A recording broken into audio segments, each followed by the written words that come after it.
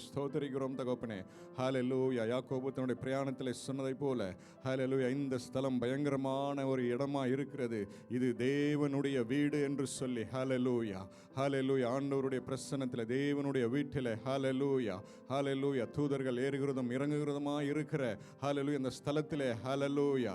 அப்பா நன்றி, நன்றியோடு உம்மை துதிக்கிறோம். எங்களை கொண்டு வந்து ஆண்டவரே உம்மை நோக்கி பார்க்கும்படியாய் கிருபை புரிந்தீரே, நன்றி சொல்லுகிறோம், நன்றி செலுத்துகிறோம் ஆண்டவரே. ஹல்லேலூயா ஹல்லேலூயா. நன்றி நன்றி ஆண்டவரே, உம்முடைய திருமுகத்தை ஹல்லேலூயா நோக்கி பார்க்கும்படியாய் ஹல்லேலூயா நாங்கள் கடந்து வந்திருக்கிறோம், நன்றி செலுத்துகிறோம் ஆண்டவரே. ஹல்லேலூயா, உம்மை நோக்கி பார்த்து பிரகாசம் அடைந்தார்கள் என்று வாசிக்கிறபடியே தகப்பனே.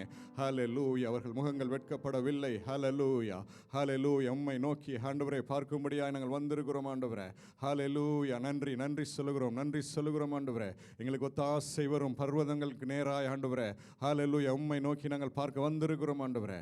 எங்கள் கண்மலையாகிய தேவன் ஹல்லேலூயா, எங்கள் மீட்பராகிய தேவன் ஆண்டவரே ஹல்லேலூயா, நாங்கள் எப்போதும் வந்தடையத்தக்க கண்மலையாய் இருக்கிறீரே. ஹல்லேலூயா ஹல்லேலூயா, ஆதியும் அந்தமுமான தேவன் ஹல்லேலூயா, எல் ஷடாய் தேவன் ஹல்லேலூயா, எங்களோடு கூட நீங்கள் இருக்கிறதற்காக நன்றி ஆண்டவரே. ஹல்லேலூயா, சிங்காசனத்தில் வீற்றிருக்கிறவர் ஹல்லேலூயா, நாங்கள் உம்மை நோக்கி ஆண்டவரே பார்க்க வந்திருக்கிறோம் ஆண்டவரே. ஹல்லேலூயா ஹல்லேலூயா ஹல்லேலூயா. ஓயாமல் ஆண்டவரே பரிசுத்தர் பரிசுத்தர் பரிசுத்தர் என்று போற்றப்படுகிற தூயாதி தூயர் ஹல்லேலூயா, ஒருவரும் சேரக்கூடாத ஒளியிலே வாசம் பண்ணுகிறவரே ஹல்லேலூயா, உம்மை உயர்த்தும்படியாய் வந்திருக்கிறோம், நன்றி சொல்லுகிறோம் ஆண்டவரே. ஹல்லேலூயா ஹல்லேலூயா, நன்றி நன்றி நன்றி ஆண்டவரே. ஹல்லேலூயா, தாழ்விலிருந்து எங்களை ஹல்லேலூயா உயர்த்தினவரை ஆண்டவரே நாங்கள் உயர்த்த வந்திருக்கிறோம் ஆண்டவரே. ஹல்லேலூயா, நன்றி நன்றி ஆண்டவரே, நன்றி சொல்லுகிறோம். தாவீது சொன்னதை போல ஆண்டவரே, நீர் என்னை ஆண்டவரே தகப்பனை குழியிலிருந்து உயர்த்தினபடினாலே ஹல்லேலூயா நான் உம்மை உயர்த்தும்படியாய் நான் வந்திருக்கிறேன். ஹல்லேலூயா, because you have lifted me up, hallelujah, we come here to lift your name up. hallelujah, உம்முடைய திருநாமத்தை உயர்த்தும்படியாய் நாங்கள் வந்திருக்கிறோம். ஹல்லேலூயா ஹல்லேலூயா, எங்கள் துதி ஸ்தோத்திரங்களை ஆண்டவரே அங்கீகரிக்கும்படியாய் ஆண்டவரே தகப்பனே நீர் ஆண்டவரை கடந்து வந்திருக்கிறபடினாலே நன்றி சொல்லுகிறோம் ஆண்டவரே. ஹல்லேலூயா, மகிமை தங்கி நம்முடைய ஸ்தானத்திற்காக நன்றி ஆண்டவரே. ஹல்லேலூயா, நன்றி நன்றி, நீர் தேவ சபையில நீர் எழுந்தருளி இருக்கிறபடினாலே நன்றி ஆண்டவரே. ஹல்லேலூயா, உம்முடைய ஆண்டவரே தேவாலயத்தில் ஆண்டவரே உம்முடைய வஸ்திர தொங்கலை ஆண்டவரே தகப்பனே நாங்கள் ஆண்டவரை தொடும்படியாய் நாங்கள் வந்திருக்கிறோம் ஆண்டவரே. ஹல்லேலூயா ஹல்லேலூயா, நன்றி நன்றி சொல்லுகிறோம், நன்றி செலுத்துகிறோம் தகப்பனே. ஹல்லேலூயா, விடுதலை பெற்றுக்கொள்ளும்படியாய் ஆண்டவரே நாங்கள் கடந்து வந்திருக்கிறோம் ஆண்டவரே. ஹல்லேலூயா ஹல்லேலூயா, தேங்க்யூ லார்ட், நன்றி சொல்லுகிறோம், நன்றி சொல்லுகிறோம் ஆண்டவரே. எங்களை தாங்கி ஏந்தி வந்தீங்களே நன்றி ஆண்டவரே. ஹல்லேலூயா தகப்பனே, இந்த புதிய மாதத்திலே ஆண்டவரே புதிய ஆண்டவரே ஆண்டின் ஆண்டவரே ஒரு முதல் மாதத்திலே ஆண்டவரே கடைசி நாட்கள் வரை ஆண்டவரே எங்களை வந்து கொண்டு வந்து சேர்த்திருக்கிறீர் ஆண்டவரே. ஹல்லேலூயா ஹல்லேலூயா, தேங்க்யூ லார்ட் ஆண்டவரே. கற்றுக் கொடுத்த பலத்திற்காக நன்றி சொல்லுகிறோம், சுகத்திற்காக நன்றி செலுத்துகிறோம் ஆண்டவரே, நன்றி சொல்லுகிறோம். எல்லா கிருபை ஆண்டவரே எல்லா ஐஸ்வர்யங்களுக்காக நன்றி செலுத்துகிறோம் தகப்பனே. ஹல்லேலூயா, திருமுகத்தை நோக்கி பார்க்கும்படியாக வந்திருக்கிறோம் ஆண்டவரே. ஹல்லேலூயா தகப்பனே, நன்றி ஆண்டவரே. உம்முடைய சாயலினாலே ஆண்டவரே தகப்பனே நாங்கள் திருப்தி அடையும்படியாக நாங்கள் வந்திருக்கிறோம் ஆண்டவரே. ஹல்லேலூயா, பிரசன்னத்திலே சந்தோஷம். ஹல்லேலூயா, இந்த வலது பருத்திலே ஆண்டவரே பாரிசத்திலே பேரானந்தம் உண்டு என்று வாசிக்கிறபடி ஆண்டவரே.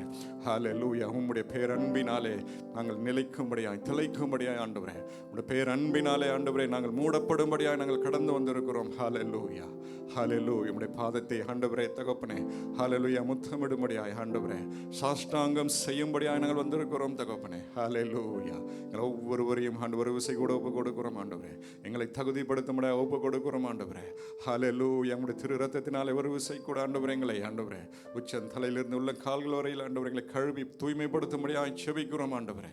பரிசுத்தமான தேவன் ஹல்லேலூயா, பயங்கரமான தேவன் ஹல்லேலூயா ஆண்டவரே, நன்றி நன்றி ஆண்டவரே, மகத்துவமான தேவன் ஆண்டவரே. ஹல்லேலூயா ஆமென். ஹல்லேலூயா, உம்முடைய நாமத்துக்குரிய மகிமையை உம்முடைய நாமத்துக்குரிய மகத்துவத்தை ஆண்டவரை செலுத்தும் கொள்ளும்படியாய் நாங்கள் கடந்து வந்திருக்கிறோம் ஆண்டவரே.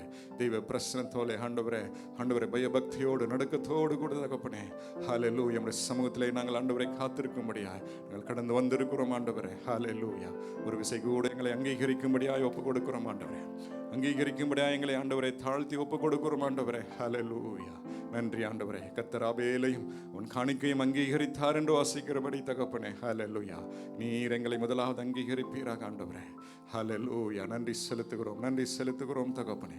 உடைய மகிமை தங்கிய பிரசன்னத்திற்காக நன்றி ஆண்டவரே. இந்த நேரத்துக்காக நன்றி எங்களை ஆண்டவரை அர்ப்பணிக்கிறோம், ஒப்பு கொடுக்கிறோம் ஆண்டவரே. ஹல்லேலூயா பாடுகிற பாடல்கள் ஒவ்வொன்றுக்காகவும் நன்றி ஆண்டவரே. துதி ஆராதனைக்காக நன்றி. ஹல்லேலூயா நன்றி சொல்லுகிறோம். உடைய விடுதலை வெளிப்படுவதாக, உடைய மகிமை வெளிப்படுவதாக ஆண்டவரே. உடைய பிரசன்னத்திலே ஆண்டவரே நாங்கள் விடுதலையை உணரும்படியாய் ஆண்டவரே உம்மை ஆராதிக்க எங்கள் ஒவ்வொருவருக்கும் ஆண்டவரே ஆண்டவரே தகப்பனே நீர் ஆண்டவரே ஹல்லேலூயா ஒரு விடுதலையை கொடுக்கும்படியாய் செபிக்கிறோம் ஆண்டவரே. ஹல்லேலூயா சத்துரு இருதயத்திலே மனதிலே ஹல்லேலூயா கட்டி வைத்திருக்கிற எல்லா கட்டுகளும் ஆண்டவரே ஹல்லேலூயா எங்கள் ஆராதனை நேரத்திலே ஆண்டவரை தரிக்கப்பட்டு ஓட போவதாக என்று சொல்லி நாங்கள் செபிக்கிறோம். ஹல்லேலூயா நாங்கள் விடுதலை உணர்ந்தவர்களாய் தகப்பனே ஹல்லேலூயா பிரலோகத்திலிருந்து ஆண்டவர் எங்களுக்காக வைக்கப்பட்டிருக்கிற ஆண்டவரை மன்னாவுக்காக செபிக்கிறோம், நன்றி செலுத்துகிறோம் ஆண்டவரே. ஹல்லேலூயா நன்றி செலுத்துகிறோம் ஆண்டவரே. நீர் எங்களை போஷிப்பீராக, எங்களை திருப்தி செய்வீராக, எங்களை ஊன்ற கட்டுவீராக, எங்களை ஆண்டவரே உம்முடைய சாயலினாலே ஆண்டவரே எங்களை ஆண்டவரே தகப்பனை மாற்றுவீராக என்று சொல்லி ஆண்டவரே உம்முடைய வசனத்திற்கு எங்களை அர்ப்பணிக்கிறோம், ஒப்பு கொடுக்கிறோம் ஆண்டவரே. ஹல்லேலூயா நன்றி. சாட்சி நேரத்திற்காக நன்றி, காணிக்கை ஆராதனைக்காக நன்றி. ஹல்லேலூயா நன்றியோடு ஸ்தோத்தரிக்கிறோம், ஸ்தோத்தரிக்கிறோம் தகப்பனே. ஆன்லைனில் இணைந்திருக்கிறவர்களுக்காக ஆண்டவரே ஹல்லேலூயா கொயருக்காக, இன்ஸ்ட்ருமெண்ட்ஸ்க்காக, இசை மீட்டுகிற பிள்ளைகளுக்காக, சவுண்ட் சிஸ்டத்துக்காக எல்லாவற்றுக்காக செபிக்கிறோம், நன்றி செலுத்துகிறோம் ஆண்டவரே. ஹல்லேலூயா இப்படி ஆராதனைக்கு விரோதமாக எழும்புகிற எல்லா அந்தகார கிரியைகளையும் நசரேயனாகிய இயேசுவின் நாமத்தில் அதம் பண்ணுகிறோம். ஹல்லேலூயா நன்றி செலுத்துகிறோம் ஆண்டவரே. ஹல்லேலூயா நம்முடைய பிரசன்னத்தை ஆண்டவரே நாங்கள் உணர கிருபை அளிப்பீராக என்று சொல்லி நாங்கள் செபிக்கிறோம், ஒப்பு கொடுக்கிறோம். துதிக்க நமக்கு மேல் நமக்கே நாங்கள் ஏறெடுக்கிறோம். இப்ப இயேசுவின் நாமத்தில் கேட்கிறோம் ஜீவனுள்ள நல்ல பிதாவே, ஆமீன். முதலாவது நாம் ஆண்டவரை போற்றி நாம் இந்த பாடலை நாம் பாடப்போகிறோம். அன்பில் என்னை பரிசுத்தனாக்க நீர் என்னை உருவாக்கினீர், எங்களை முதற் பேராக்கினீர் என்று சொல்லி, தந்தையே எங்கள் இயேசுவே என்று சொல்லி இந்த பாடலை பாடி நாம் கர்த்தரை நாம் உற்சாகமாக நாம் ஆராதிப்போம். கரங்களை தட்டி நாம் உற்சாகமாக ஹல்லேலூயா.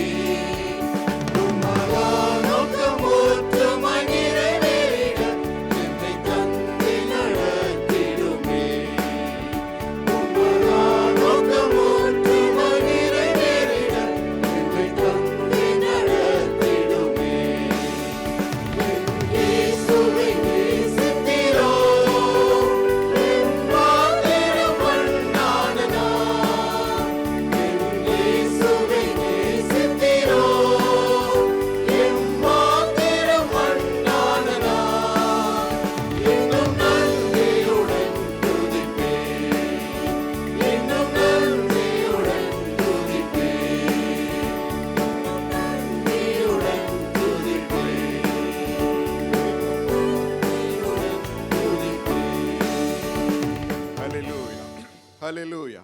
ஆண்டவரை நன்றியோடு துதிக்கும்படியாக நாம் வந்திருக்கிறோம். ஹல்லேலூயா.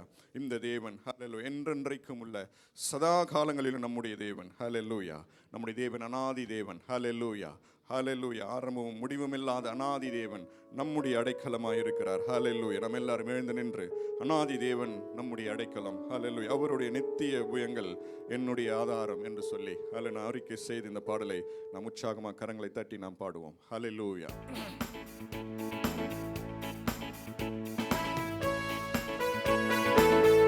கரங்களை தட்டி எல்லாம் உற்சாகமாய் ஹல்லேலூயா.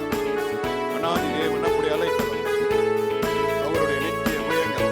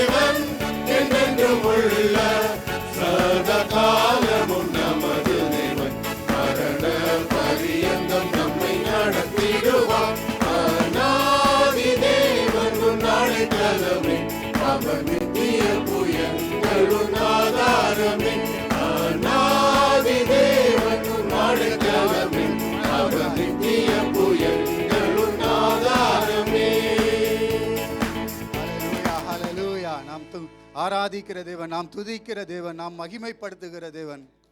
அவர் அனாதி தேவனாய் இருக்கிறார் என்று வேதம் சொல்லுகிறது.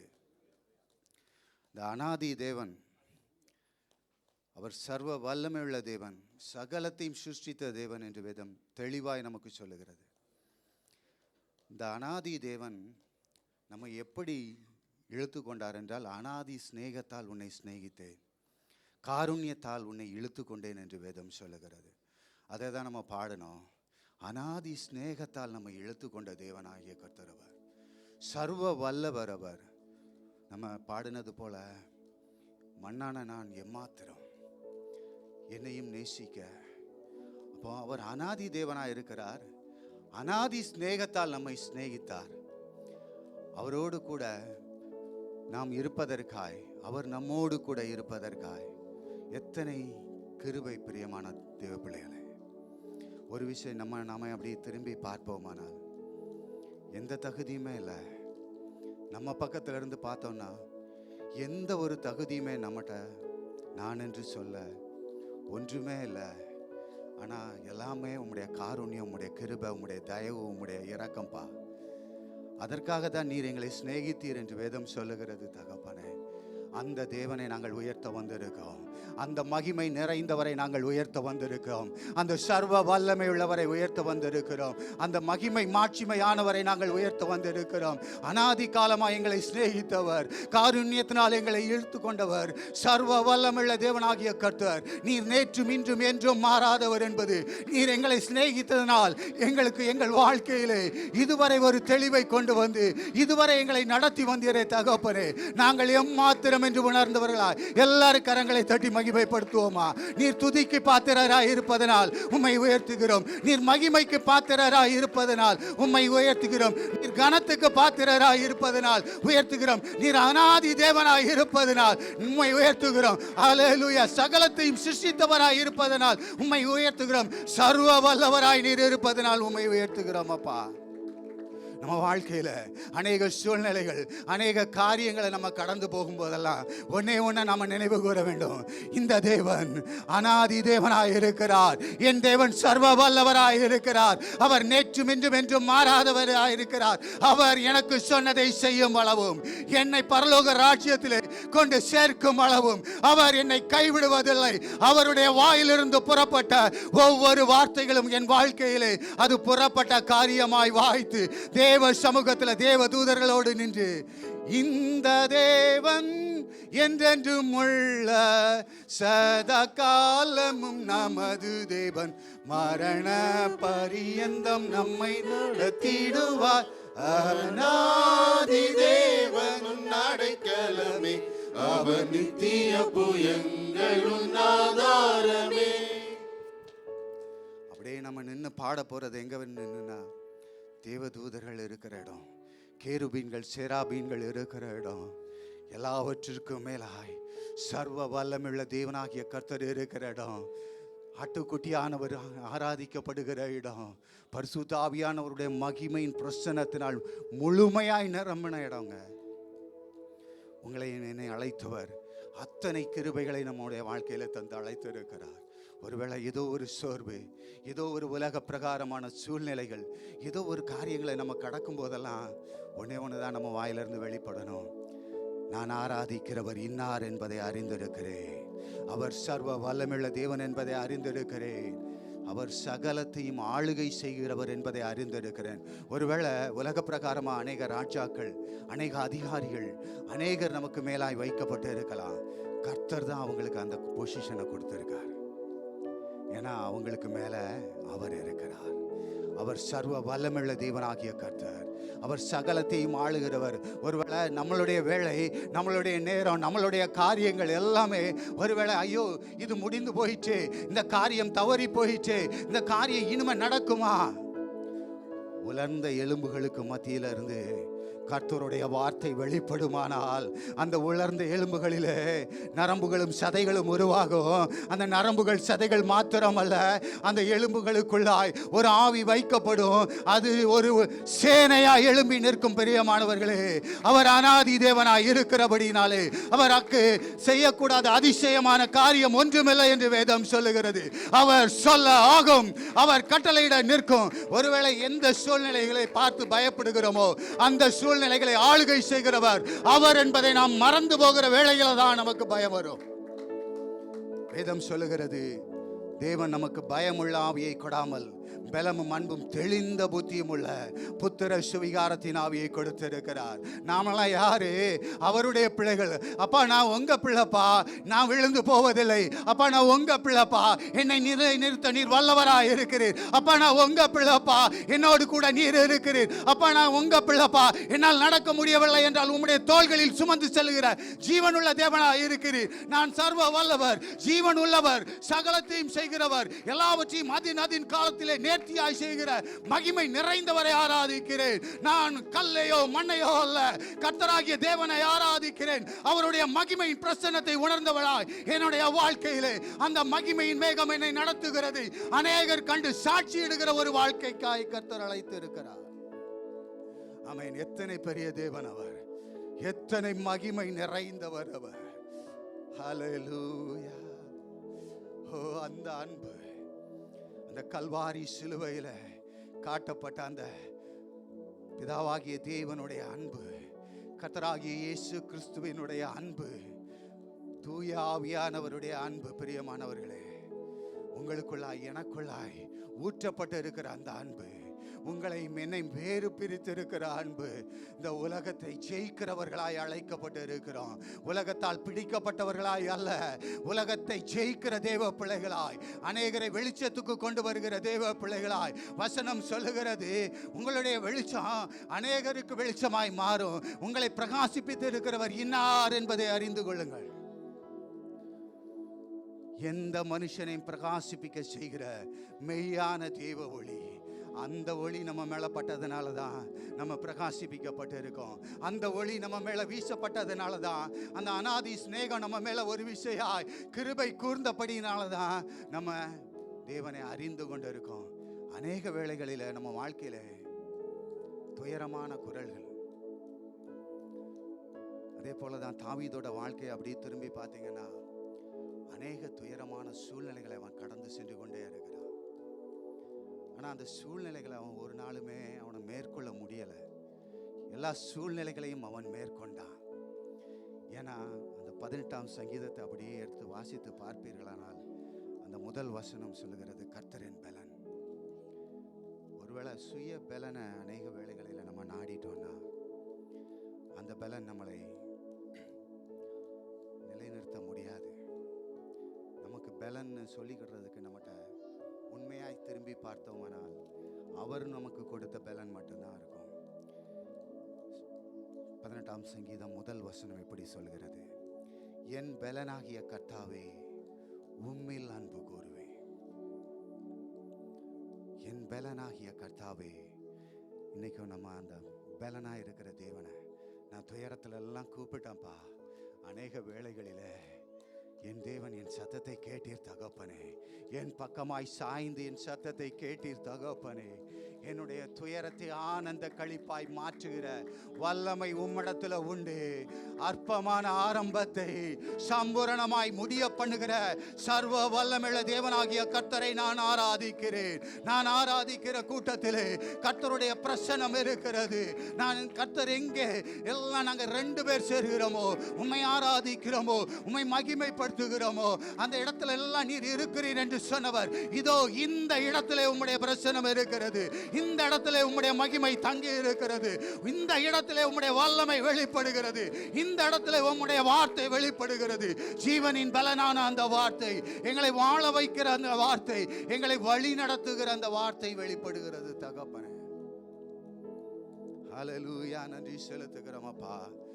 துயரத்துல கூப்பிட்ட வேளைகளில் எல்லாம் கர்த்தர் என் சத்தத்தை கேட்டீர் என்று சொல்லி உணர்ந்து பாடுவோம். அவர் நம்முடைய வாழ்க்கையில இதுவரைக்கும் செய்த எல்லா அதிசயங்களை அற்புதங்களை உணர்ந்து பாடுவோம். அவர் நம்மை பிரகாசிக்க செய்ததை தொடர்ந்து பாடுவோம்.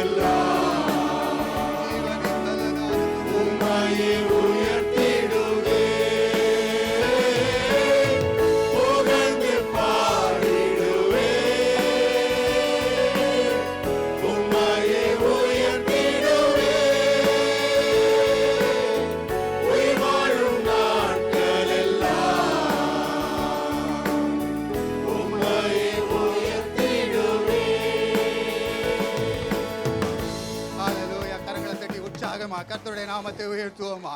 அவரை புகழ்ந்து பாடுவோம். எங்கள் ஜீவன் உள்ள நாளெல்லாம் தகப்பனே, உம்முடைய பிரகாசத்தை நாங்கள் மற்றவர்களுக்கு வெளிப்படுத்துகிற உம்முடைய மகிமையின் கிருபை, உம்மை புகழ்ந்து பாடுகிற, உம்மையே உயர்த்துகிற கிருபை தகப்பனே. எல்லா நேரங்களிலும் எங்களுடைய வாழ்க்கையில் சில பகுதிகளில் மாத்திரம் அல்லப்பா, எல்லா இடங்களிலும் கம்ப்ளீட்டா. எப்பவுமே கர்த்தர் கேட்கறது ஒரு கம்ப்ளீட் சரண்டருங்க. அநேக வேளைகளில் நாம சரியாய் உணர்ந்து கொள்ளவில்லை. வசனம் சொல்லுகிறது, கொஞ்சத்தில் உண்மையா இருந்தால் உன்னை அநேகத்தில் அதிகாரியாய் வைப்பேன்.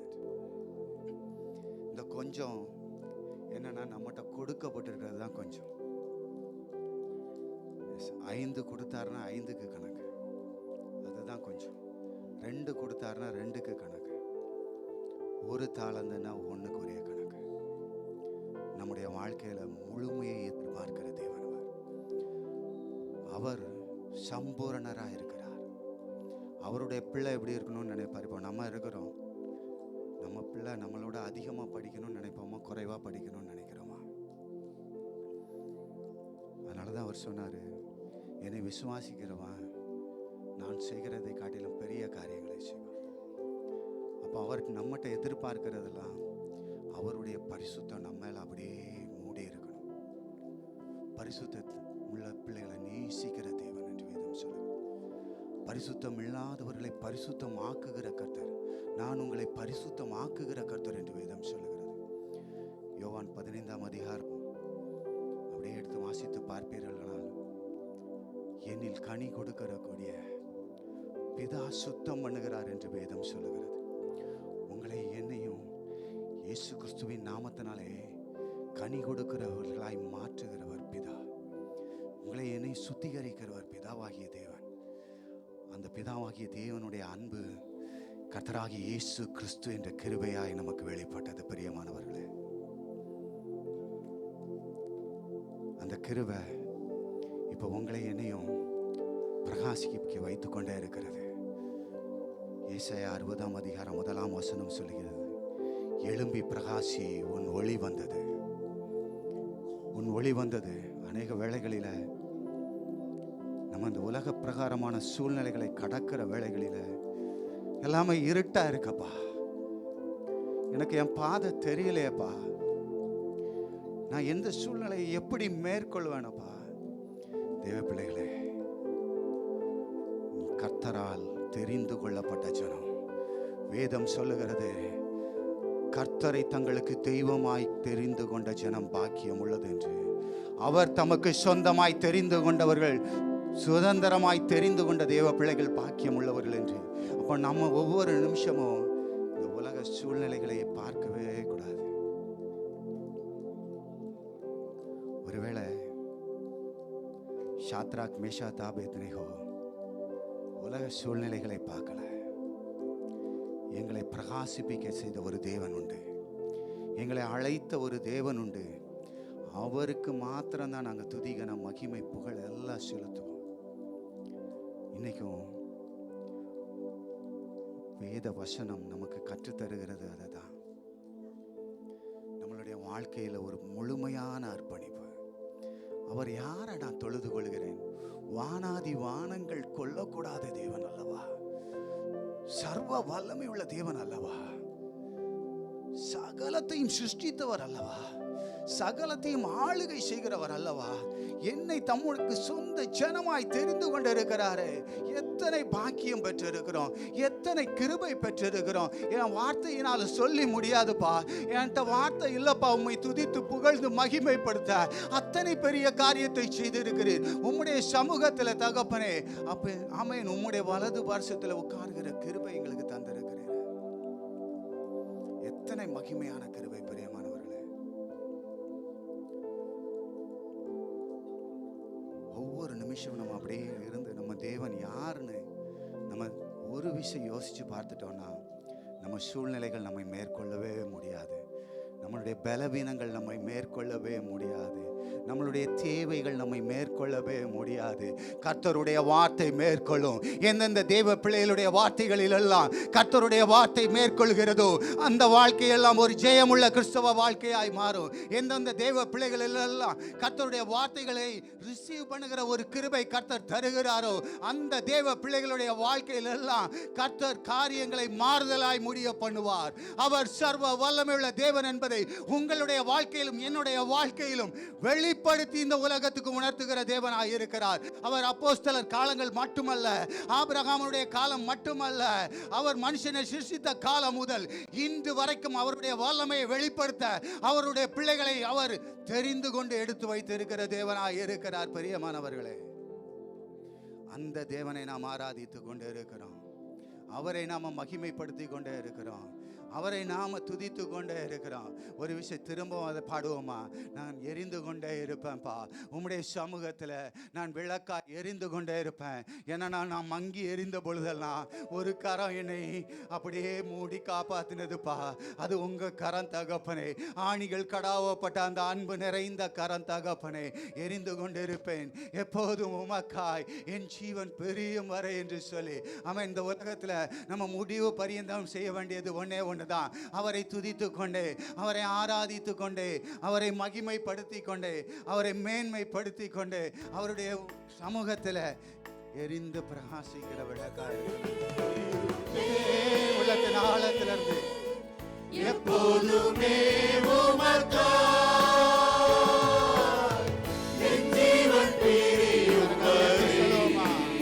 உள்ளத்தின் ஆழத்திலிருந்து கரங்களை உயர்த்தி கொண்டே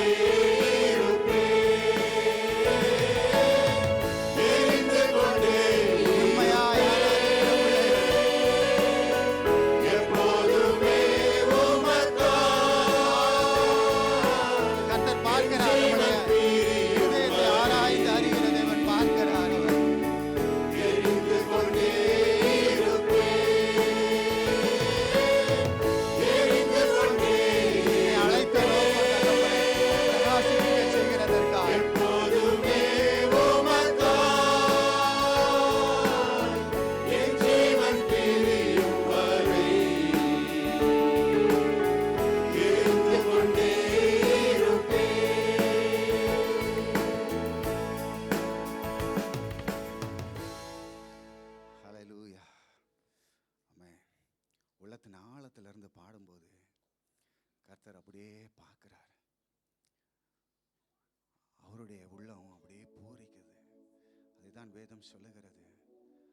அவர் பரலோகத்தில் இருந்தாலும் மனுபுத்திரரை நோக்கி பார்க்கிற தேவன் என்று வேதம் சொல்லுகிறது. அதிகாலையில் என்னை தேடுகிறவர்கள் கண்டடைகிறார்கள் என்று சொல்லி. ஒருவேளை கர்த்தரை காணக்கூடிய கிருபைங்கிறது எவ்வளவு மகத்தான கிருபைங்க. ஓ மைட்டி காட். ஒருவேளை இந்த உலக பிரகாரமான ராஜாவையோ ஒரு மந்திரியோ யாரோ ஒருவரை நாம் சந்திக்க போனோம்னா அப்படியே ஒரு ட்ரெஸ் பண்ணிப்போம், அப்படியே கொஞ்சம் ஸ்ப்ரே அடிச்சுப்போம், அப்படி பயங்கர நீட்டாக என்கிட்ட இருக்கிற பெஸ்ட் எது அதெல்லாம் நம்ம உடுத்திப்போம். நம்ம அப்படியே போய் அந்த மனுஷனை சந்திக்க சொல்லுவோம். அதிகாலையில் என்னை தேடுகிறவர்கள் கண்டடைகிறார்கள். ஓ, அந்த தேவனை காணுகிற கிருபை இங்கே இருக்கும் போதே ஆவிக்குரிய கண்களில் அவரை பார்க்கிற கிருபை உண்டாகுமானால், ஒரு ஸ்தேவான் கல்லறியப்பட்டு கொண்டு இருக்கான். பிரியமான தேவப்பிள்ளை, ஒரு விஷயம் அதை சிந்தித்து பார்ப்போமானால் அவனுடைய வாழ்க்கை அப்படியே ஒரு விஷயம் திரும்பி பாருங்க. ஸ்தேவான் உலக பிரகாரமா அவன் கல்லறியப்பட்டு கொண்டு இருக்கான். அவன் மரணத்தை சந்திக்க போகிறான். தப்பி கொள்வதற்கோ அவனை அந்த இடத்துல உலக பிரகாரமா தப்பி வைப்பதற்கோ எந்த மனுஷனும் இல்லை. ஆனா அவனுடைய கண்கள் இங்கேயும் தப்பு வைக்க வல்லவர், அங்கேயும் தப்பு வைக்க வல்லவர் அவர் ஒருவர் இருக்கிறார்னு சொல்லி அவன் பரலோகத்தை பார்க்கும்போது பிதாவாகிய தேவனுடைய சமூகத்தில் கர்த்தராகிய இயேசு கிறிஸ்து அவனை பார்க்கிறத அவன் காண்கிறான். ஆவிக்குரிய கண்கள்ல தேவனை பார்க்கிற கிருபை. ஒருவேளை இந்த பாக்கியம் ஸ்தேவானுக்கு மட்டும்தானா? இந்த பாக்கியம் பவுலுக்கு மட்டும்தானா? இந்த பாக்கியம் பேதுருக்கு மட்டும்தானா? இல்லவே இல்லைங்க. வேதத்தில் எழுதப்பட்டிருக்குன்னா அது கர்த்தர் உங்களுக்கும் எனக்கும் தர விருப்பம் உள்ள தேவனாக இருக்கிறார். அவர் நம்மை அதற்காக தான் பிரித்தெடுத்து இருக்கிறார். அதற்காக தான் நம்மை தெரிந்து கொண்டு இருக்கிறார். நம்ம பிள்ளைக்கு நம்மளை ஒழிச்சுக்குவோமா? நம்ம பிள்ளைங்க நம்மளை பார்க்கக்கூடாதபடிக்கு நம்ம ஒழித்துக் கொள்வோமா? உலகத்தின் முடிவு பரியந்தம் சகல நாட்களிலும் உங்களோடு இருக்கிறேன் என்று சொன்னவர், ஆவியாகிய தேவனாய் நம் மத்தியில் அசைவாடுகிற தேவன் அவர். சர்வ வல்லமையுள்ளவராய் இருக்கிறவர் அவர். மகிமை நிறைந்தவராய் இருக்கிறவர் அவர். மாட்சிமை நிறைந்த தேவன் அவர். அவரை நோக்கி பார்ப்போமா? அவரை நோக்கி நம்மளுடைய எல்லா இருதயத்தின் வாஞ்சைகளையும் சொல்லலாம். எல்லாவற்றையும் கேட்பாரு. ஒருவேளை இதை கர்த்தர் கேட்பாரா? இதை கேட்க மாட்டாரா? இல்லைங்க, என்ன சொன்னாலுமே கேட்பாருங்க. அவருடைய பிள்ளைங்களுடைய வாயிலிருந்து பிறக்கிற ஒவ்வொரு வார்த்தைகளையும் கூர்ந்து கவனிக்கிற தேவனாகிய கர்த்தர், கூர்ந்து கேட்கிற தேவனாகிய கர்த்தர். அதை தான் வேதம் சொல்லுகிறது. உங்க கண்ணில் இருந்து உருவாகிற ஒவ்வொரு துளி கண்ணீரையும் காண்கிற தேவன் என்று வேதம் சொல்லுகிறது. அநேக நேரங்களில் நம்ம என்ன செஞ்சிடறோம்? மனுஷங்கிட்ட போய் அழுதுகிட்டே நின்றோம். இல்லைங்க, என்னுடைய கண்ணீர் அவருடைய துருத்தியில மாத்திரம்தான் இருக்கணும், மனுஷங்களுக்கு முன்னால அல்ல. அந்த துருத்தியில எடுத்து வைத்து ஏற்ற வேளையில் பதில் செய்கிற தேவன் என்று வேதம் சொல்லுகிறது. உள்ளத்தை அவர் இடத்துல கொடுப்போம். அந்த ஆவியானவர் நம்ம இடத்துல அசைவாடும்படி, அசைவாடும் ஆவியானவரே என்று சொல்லி பாடுவோம். சர்வ வல்லவர் அவர், மகிமையான தேவன் அவர், அசைவாடும் ஆவியே என்று சொல்லி நம் மத்தியில் ஆவியானவர் அசைவாடும் போது இந்த உலகத்தின் முடிவு பரியந்தம் சகல நாட்களில் அவருக்கு அந்த ஆவியானவர் நம்ம இடத்துல அசைவாடும் போது குறைவுகள் நிறைவாய் மாறும். என்னுடைய வாழ்க்கையில நான் கொஞ்சம் தான் கர்த்தரை நோக்கி கொண்டு இருக்கிறேன்னா அதை முழுமையாய் மாற்றுவார். ஆவியானவர் நம்மை சுத்திகரிக்கிற தேவனாய் இருக்கிறார். இயேசு கிறிஸ்துவின் ரத்தத்தினால நம்ம கழுவப்பட்டு ஆவியானவர் இடத்துல ஒப்பு கொடுக்கும் போது அந்த ஆவியானவர் மகிமை நிறைந்த தேவனாய் நம்மத்தில் அசைவாட விரும்புகிறார்.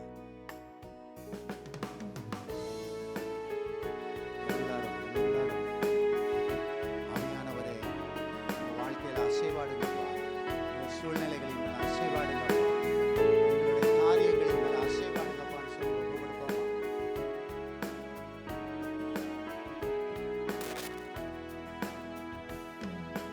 அசைவாடும் ஆவியே, தூய்மையின் ஆவியே, அசைவாடும் ஆவியே, தூய்மையின் ஆவியே, இரவசைய உள்ளம் நிரம்ப இறங்கி வாருமே. இந்த இனமசைய உள்ளம் நிரம்ப இறங்கி வாருமே. வெள்ளநடைய நிரப்பிடுமே வெள்ளத்தின் ஆவியே. வெள்ளநடைய நிரப்பிடுமே வெள்ளத்தின் ஆவியே. கனமடைய ஊற்றிடுமே ஞானத்தின் ஆவியே. கனமடைய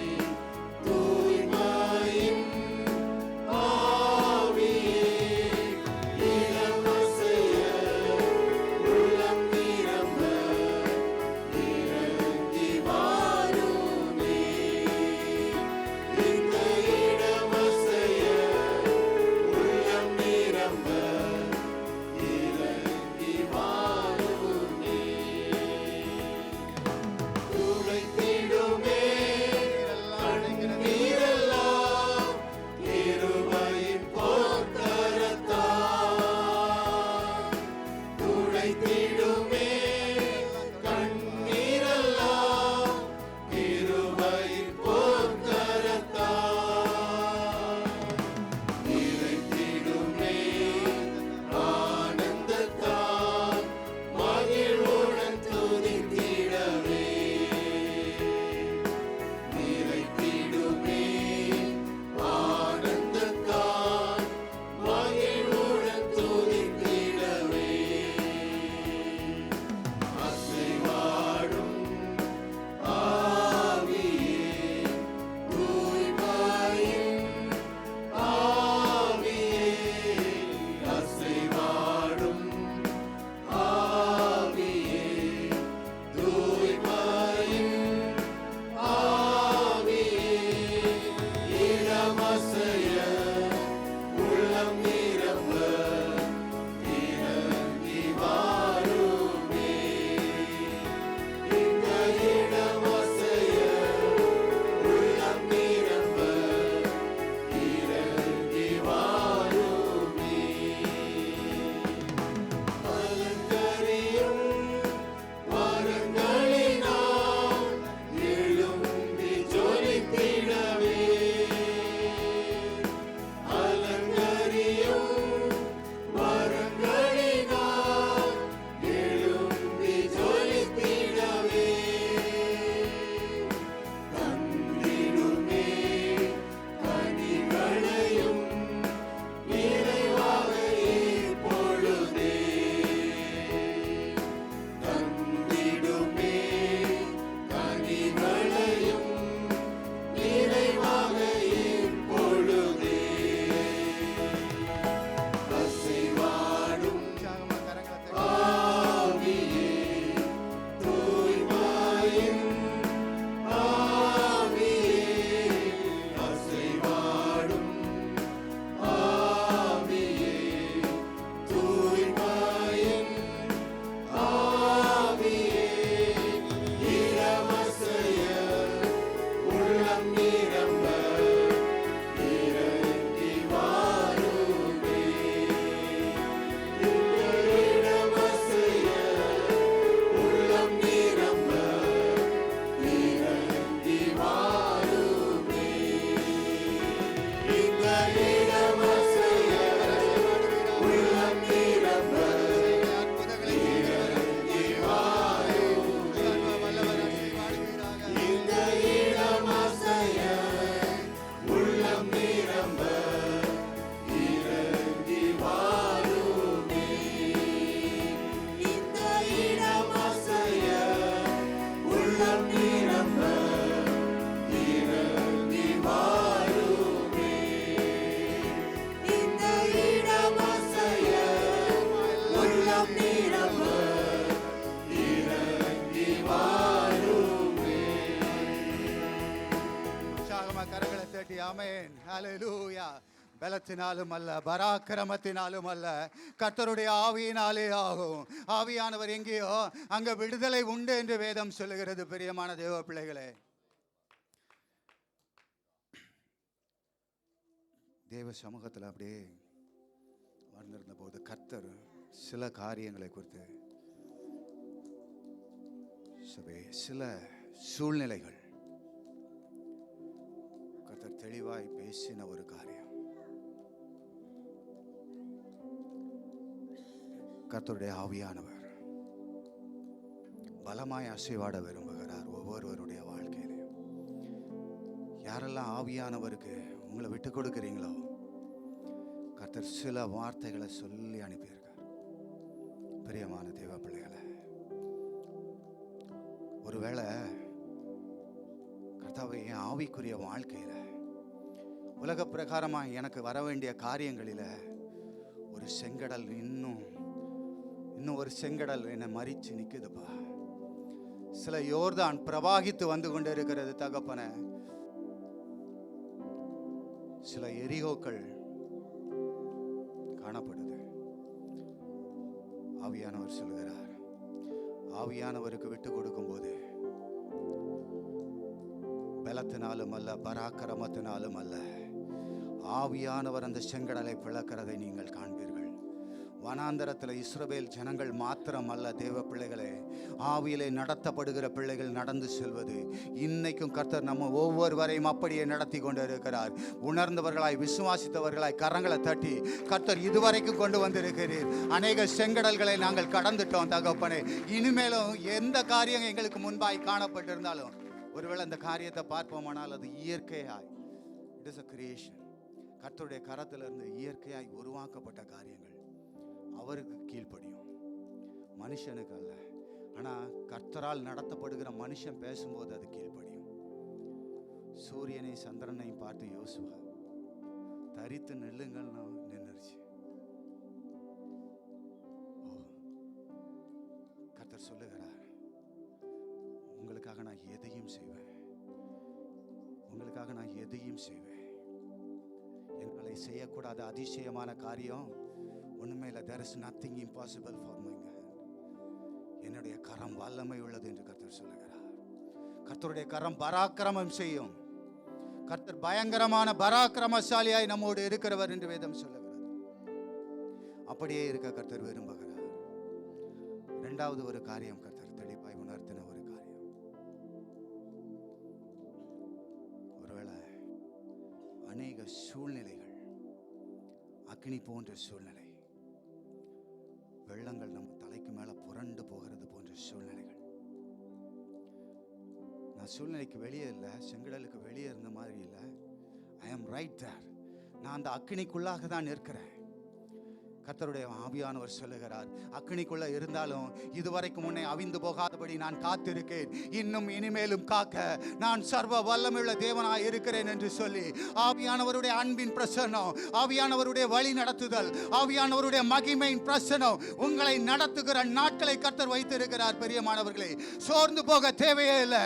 கர்த்தருடைய பிள்ளைகளுடைய வாழ்க்கையிலே அவர் அதிசயங்களையும் அற்புதங்களையும் சிறப்பாய், நிறைவாய், அளவுக்கு அதிகமாய் நீங்களும் நானும் விரும்புகிற வேண்டிக் கொள்வதற்கும் எதிர்பார்க்கிறதற்கும், வாட் யூ எக்ஸ்பெக்ட், நீ உங்க வாழ்க்கையில எதிர்பார்த்து கொண்டே இருக்கிற, ஐயோ இது நடந்தால் போதும், இது நடந்தால் போதும், கர்த்தருடைய ஆவியானவர் சொல்கிறார், அதற்கு மேலே செய்கிற தேவனாகிய கர்த்தராய் நான் இருக்கிறேன். ஆமென். Our Lord is a mighty Lord. அவர் சர்வ வல்லவர். அப்படியே அந்த சர்வ வல்லவர்னு சொல்லும் போதே நம்மளுடைய வாழ்க்கையில எல்லாத்தையுமே அவருடைய கையில் நம்பி நம்மளுடைய வாழ்க்கையை ஒருத்தர் கையில் தாங்க கொடுக்கவே முடியும், எந்த மனுஷங்கிட்டையும் அல்ல. ஒருவேளை நம்ம பக்கத்தில் இருக்கிற, நம்ம வளர்த்து கொண்டே இருக்கிற பிள்ளைகள் அல்ல, நம்ம பக்கத்தில் இருக்கிற கணவனோ மனைவியோ யாரோ தாயோ தகப்பனோ யாரும் அல்ல. என்னுடைய வாழ்க்கையை நான் நம்பி ஒப்பு கொடுக்க ஒருவர் உண்டு, இயேசு கிறிஸ்து. அவர்தான் இயேசு கிறிஸ்து.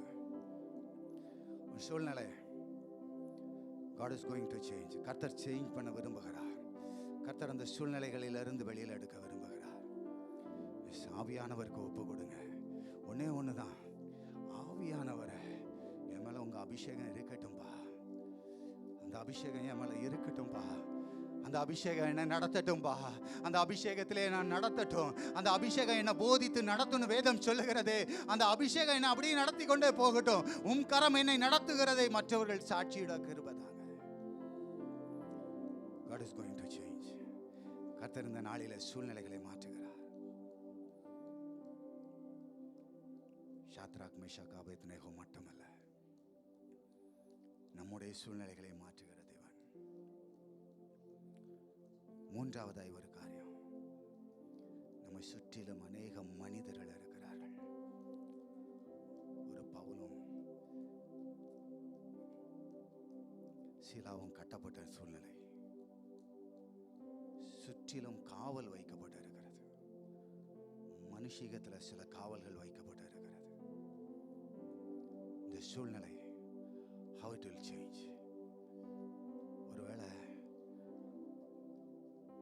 நான் ஒரு அக்னிக்கு மத்தியில் இல்லை, அநேக மனுஷர்கள் என்னை சூழ்ந்து நெருக்கி நிற்கிறார்கள். ஆவியானவர்கிட்ட ஒரு விஷயம், அப்படியே அந்த சூழ்நிலை அப்படியே ஒரு விஷயம், இந்த கடைசியாக ஒரு விஷயம், ஆசீர்வாதம் ஆவியன்னு நம்ம பாட போகிறோம். எந்த சூழ்நிலை இருந்தாலும் அப்படியே உள்ளத்தின் ஆழத்திலிருந்து அவருடைய சமூகத்தில், it is with God and me, கர்த்தருக்கும் எனக்குமானது. கர்த்தர் சொல்லி அனுப்புனா கண்டிப்பாக செய்வாருங்க. வேதம் அதை தான் சொல்லுகிறது. கர்த்தருடைய வார்த்தை புறப்பட்ட காரியமாய் வாய்த்து தான் ஒரு இடத்துல திரும்பும்.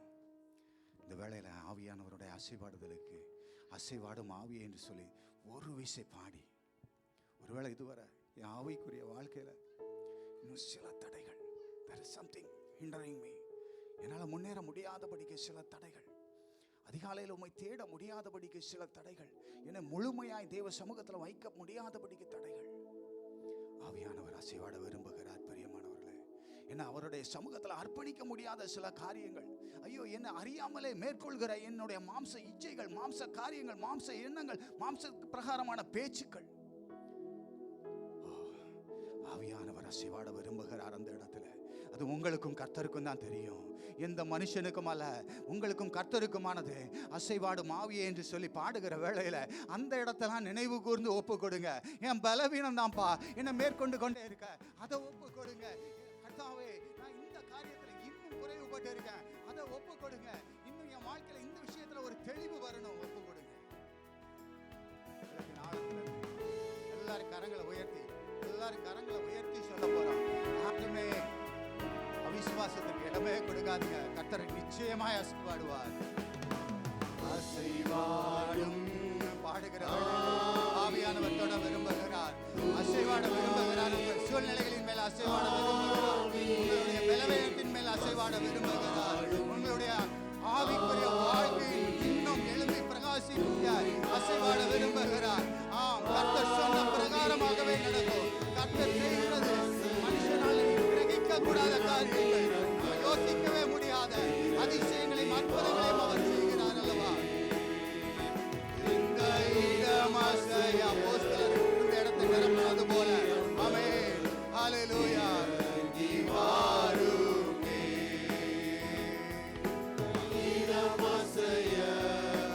உள்ளம் நிரம்ப இறங்கி வாருமே, இந்த இடம் அசைய உள்ளம் நிரம்ப இறங்கி வாருமே. ஹல்லேலூயா. அப்படியே கரங்களை தட்டி கர்த்தருடைய நாமத்தை உயர்த்துவோமா? கர்த்தர் நல்லவர். அதான் அவர் கிதியோனை பார்த்து, அநேக சூழ்நிலைகள் கர்த்தர் இருக்கிறாரா என் பக்கத்தில், கர்த்தர் தான் என்னை நடத்துகிறாரா? கிதியோன் அப்படி தான் கேட்டான், கர்த்தர் எங்களோடு இருந்தால் ஏன் எங்களுக்கு இப்படியெல்லாம் நடக்குது அப்படின்னு. ஆனால் கர்த்தர் சொன்னார், பராக்கிரமசாலியே கர்த்தர் உன்னோடு இருக்கிறார். இன்னைக்கு உங்களையும் என்னையும் பார்த்து கர்த்தருடைய வார்த்தை தான், பராக்கிரமசாலியே கர்த்தர் உன்னோடு இருக்கிறார். உனக்கு இருக்கிற இந்த பலத்தோட போ, ஏன்னா யுத்தம் கர்த்தருடையது. கர்த்தர் காரியங்களை மாறுதலாய் முடிய பண்ணுவார். கர்த்தருடைய நாமம் மகிமைப்படுவதாக. ஆமென். அப்படியே அமர்ந்து கொள்ளும்.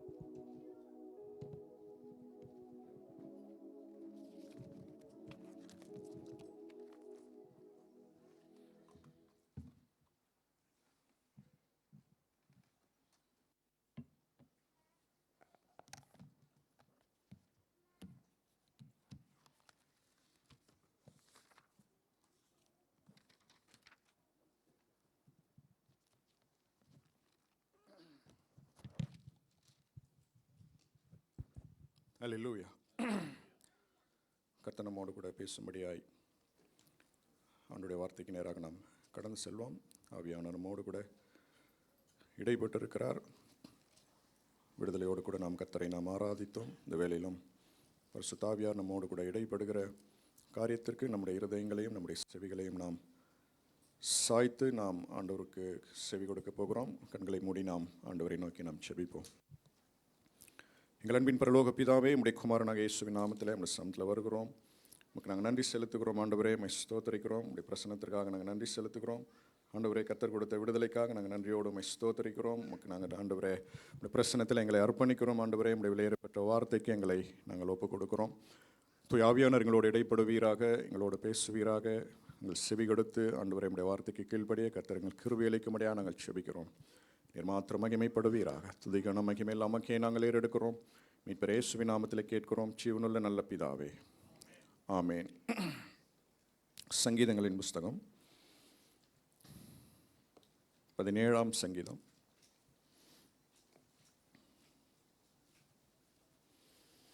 17ஆம் சங்கீதம் முதல் 5 வசனங்களை நாம் வாசிப்போம். கர்த்தாவே, நியாயத்தை கேட்டருளும், என் கூப்பிடுதலை கவனியும். கபடமில்லாத உதடுகளில் நின்று பிறக்கும் என் விண்ணப்பத்திற்கு செவிகொடும். உம்முடைய சந்ததியிலிருந்து என் நியாயம் வெளிப்படுவதாக. உம்முடைய கண்கள் நியாயமானவைகளை நோக்குவதாக. நீர் என் இருதயத்தை பரிசோதித்து ராக்காலத்தில் அதை விசாரித்து என்னை புடமிட்டு பார்த்தும் ஒன்றும் காணாதிருக்கிறீர்.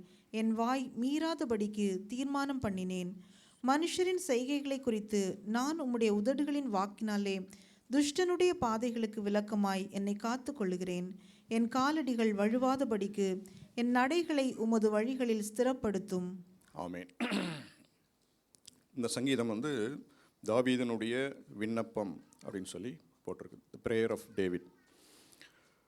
நம்ம வேதத்தில் வாசிக்கிற பொழுது வேதத்தில் நிறைய தேவதாசர்களுடைய ஜெபங்கள் எழுதப்பட்டிருக்கிறது. நம்ம எல்லாருக்கும் தெரியும். ஆபிரகாமில் ஆரம்பித்து ஈசாக்கு, யாக்கோபு, எலியா, எலிசா, யோபு, தாவீது, சாலமோன், யாபேஸ் என்று சொல்லி அநேக தேவதாசர்களுடைய விண்ணப்பங்கள், ஜெபங்கள் வந்து இந்த வேத புஸ்தகத்தில் எழுதப்பட்டிருக்கிறது. புதிய ஏற்பாட்டிற்கு நாம் வரும்பொழுது ஆண்டவராகிய இயேசு கிறிஸ்து நமக்கு கற்றுக் கொடுத்த விண்ணப்பம், அதன் பிறகு நிருபங்கள் தோறும் வாசிக்கும் பொழுது அப்போஸ்தலனாகிய பவுலனுடைய ஜெபம் அந்த நிருபங்கள் தோறும் வேத புஸ்தகத்திலே எழுதப்பட்டிருக்கிறது என்று சொல்லி நாம் பார்க்குறோம். அப்போது ஜெபம் என்பது நமக்கும் ஆண்டவருக்கும் இடையே இருக்கிற ஒரு உறவு என்று சொல்லி நாம் பார்க்குறோம். அப்போது வேத புஸ்தகம் வந்து ஜெப வாழ்க்கையை வந்து முக்கியப்படுத்துகிற ஒரு புஸ்தகமாக இருக்கிறது. இது வந்து பரிசுத்த வேதாகம். இது வந்து ஒரு ஜெப புஸ்தகம். ஆமென். ஜெப விண்ணப்பங்களால் இது நிறைந்திருக்கிறது அப்படின்னு சொல்லி நாம் வாசிக்கிறோம். அப்போ the whole Bible is God speaking to us and we speaking to God. இதுதான் வந்து நம்ம வேத புஸ்தகம் முழுவதும் நம்மால் பார்க்க முடியும் என்று சொல்லி நம்ம அறிந்திருக்கிறோம். இதில் தாவீதினுடைய சங்கீதங்களில் மாத்திரம் நான் எடுத்து பார்க்கும் பொழுது தாவீதினுடைய சங்கீதத்தில் மாத்திரம் நிறைய விண்ணப்பங்களை வந்து தாவீது ஏறெடுக்கிறார், நிறைய ஜெபங்களை ஏறெடுக்கிறார், நிறைய சூழ்நிலைகள். அப்போ ஒவ்வொரு சங்கீதத்திலும் அவர் விண்ணப்பங்களை ஏறெடுக்கும் பொழுது எந்தெந்த சூழ்நிலையில் இருந்தெல்லாம் அவர் ஜெபித்தார் என்று சொல்லி நாம் வந்து வேதத்தில் நம்மால் வாசிக்க முடியும். அப்போது இந்த விண்ணப்பத்தை, ஜெப விண்ணப்பத்தை தாவீது ஆரம்பிக்கும்போது முதல் 5 வசனங்களில் அவர் வந்து தன்னுடைய ஜெப குறிப்பை வந்து அவர் வைக்கல. முதல் 5 வசனங்களில் அவர் வந்து தனக்கும் தேவனுக்கும் இடையே இருக்கிற இந்த குற்றமற்ற ஒரு மனசாட்சி, அதை வந்து தேவனுக்கு முன்பாக வந்து அவர் தெரியப்படுத்துகிறார். ஆக்சுவலாக அவருடைய ஜெப விண்ணப்பம் எங்கே ஆரம்பிக்கிறதுனா 7ஆம் வசனத்திலிருந்து 13ஆம் வசனத்து வரைக்கும் தான் வந்து அவருடைய ஜெப குறிப்புகள் அடங்கி இருக்கிறது. ஆனால் அவர் ஆரம்பிக்கிற பொழுது முதல் 5 வசனங்களில் அவர் வந்து தன்னுடைய தேவனுக்கு முன்பாக தனக்கும் ஆண்டவருக்கும் இடையே இருக்கிற அந்த நல் மனசாட்சி, குற்றமில்லாத மனசாட்சி, த குட் கான்ஷியன்ஸ், இதை வந்து அவர் முதலாவது வந்து அவர் உறுதி செய்து கொண்டிருக்கிறார் அப்படின்னு சொல்லி நாம் பார்க்குறோம். அப்போ இந்த ஜெபத்தை முடிக்கிற பொழுது கடைசியாக 15ஆம் வசனத்தை நாம் வாசிப்போம். 15. நானோ நீதியில் உம்முடைய முகத்தை தரிசிப்பேன். நான் விழிக்கும் போது உமது சாயலால் திருப்தியாவேன். ஆமேன். நானோ நீதியில் உம்முடைய முகத்தை தரிசிப்பேன். நான் விழிக்கும் பொழுது உம்முடைய சாயலினாலே நான் திருப்தியாவேன். ஒரு கான்ஃபிடென்ட்டான ஒரு நோட்டோட கூட தன்னுடைய ஜெபத்தை அவர் முடிக்கிறார் அப்படின்னு சொல்லி நாம் பார்க்கணும். நான் விழிக்கும் பொழுது, நான் கண் விழிக்கும் பொழுது உம்முடைய சாயலை நான் பார்ப்பேன், உம்முடைய முக தரிசனத்தை நான் பார்ப்பேன், உம்முடைய சாயலினாலே நான் திருப்தி ஆவேன். ஜெபித்து முடித்து நமக்கு எப்போ திருப்தி வருது? எதில் திருப்தி வரும்? நார்மலாக நம்ம ஜெபிக்கிற ஜெபத்தை ஆண்டவர் கொடுத்தாருன்னா நமக்கு திருப்தி இல்லையா? அதுதானே முக்கியம். ஜெபம்னாலே வந்து நமக்கு என்னென்னா ஆண்டவரிடத்திலே நாம் கேட்கிறதை நாம் பெற்றுக்கொள்ளுகிற ஒரு டூல் ப்ரேயர் என்பது நம்மை பொறுத்தவரை. பொதுவாக சொல்கிறேன், ஆண்டவரின் ஜெபத்தில் தான், நம்ம ஜெபத்தில் தான் எல்லாத்தையும் நாம் கேட்டு நாம் பெற்றுக்கொள்கிறோம் என்பது உண்மை. இப்போது இவர் சொல்கிறார், நான் விழிக்கும் பொழுது எதிலே திருப்தி ஆவார்? அவர் உம்முடைய சாயலினாலே நான் திருப்தி ஆவேன், உம்முடைய முகத்தை நான் தரிசிக்கும் பொழுது நான் திருப்தி ஆவேன் என்று சொல்லி ஒரு கான்ஃபிடென்ட்டான ஒரு நோட்டோடு கூட தன்னுடைய ஜெபத்தை அவர் அங்கே முடிக்கிறார் அப்படின்னு சொல்லி நான் பார்க்குறோம். கண் விழிக்கிற பொழுது நான் யாரை பார்ப்பேன்? தேவனுடைய முக தரிசனத்தை நான் பார்ப்பேன். உம்முடைய சாயலை நான் பார்க்கிற பொழுது அது எனக்கு போதும், அதனாலே நான் திருப்தி அடைவேன் அப்படின்னு சொல்லி தாவீது இங்கே முடிக்கிறார். இப்போ பொதுவாக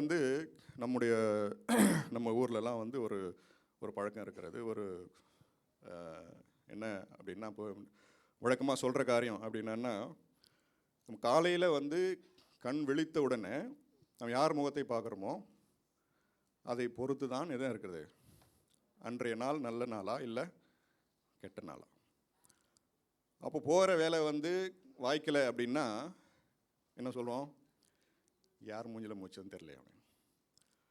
அப்போது நல்லது நடந்தாலும் இன்றைக்கி யார் மூஞ்சில் மூச்சிருக்கேன் அப்படின்னு. அப்போ அந்த டோன் தான் மாறும் இல்லையா.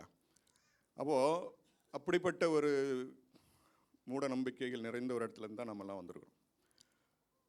நான் வந்து ஊரில் மளிகை வழக்கமாக வாங்குகிற மளிகை கடையில் ஒரு போர்டு ஒன்று போட்டிருக்கோம் சென்னையில். அதில் வந்து என்ன போட்டிருக்கோன்னா, என்னை பார் உனக்கு யோகம் வரும் அப்படின்னு போட்டிருக்கோம். அப்புறம் என்னதான் இருக்குதுன்னு சொல்லி பார்த்தா அதில் வந்து ஒரு கழுதை மூஞ்சி இருக்குது. அதில் எப்படி ஒரு கழுதையோட படத்தை போட்டு என்னை பார் உனக்கு யோகம் வரும், எப்படி இருக்காங்க பாருங்கள். அப்போ கழுதை அப்படின்னாலே நமக்கு வந்து நமக்கு எல்லாம் தெரியும். நம்ம வந்து கழுதை எதுக்கு யூஸ் பண்ணுவோம், கழுதை நமக்கு எதுக்கு யூஸ் ஆகுது, யாராவது திட்டுறதுக்கு யூஸ் ஆகுது கழுதைன்னா கழுதை அப்படின்னு நம்ம. அப்போது அது முகத்தை பார்த்தா எப்படி யோகம் வரும்னு சொல்லி நமக்கு என்ன வரைக்கும் புரியல இல்லையா.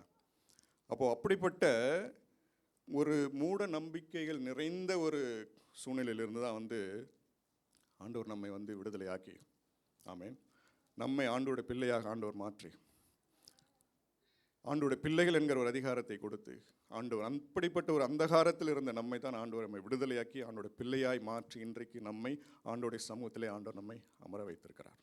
ஆமேன். அப்போது இன்றைக்கு வந்து ஜெபத்தில் நம் கண்களை மூடி நாம் செபிக்கிற பொழுது நம்முடைய முகம், யாருடைய முகத்தை நாம் பார்க்கிறோம், ஆண்டவருடைய திருமுகத்தை நாம் பார்க்கிறோம். ஆண்டவருடைய சாயல் நம் கண்களுக்கு தெரிகிறது. அப்படிப்பட்ட ஒரு கிருபை, அப்படிப்பட்ட ஒரு ஸ்லாக்கியத்தில் தான் ஆண்டவர் நம்மை கொண்டு வந்து வைத்திருக்கிறார் அப்படின்னு சொல்லி நாம் இங்கே பார்க்கிறோம். அப்போ தாவீது சொல்கிறார், நான் விழிக்கும் பொழுது உம்முடைய சாயலால் நான் திருப்தி ஆவேன், உம்முடைய முக தரிசனத்தை பார்த்து எனக்கு திருப்தி ஆவேன் என்று சொல்லி தாவீது சொல்லுகிறார். அப்போ இங்கே தாவீது சொல்லுகிற பொழுது, தாவீது இங்கே சொல்லுகிற விஷயம் வந்து காலையிலே கண் விழித்து எழுந்து முகத்தை, யார் முகத்தை பார்க்குறோம் அதை பற்றி தாவீது இங்கே சொல்லவில்லை.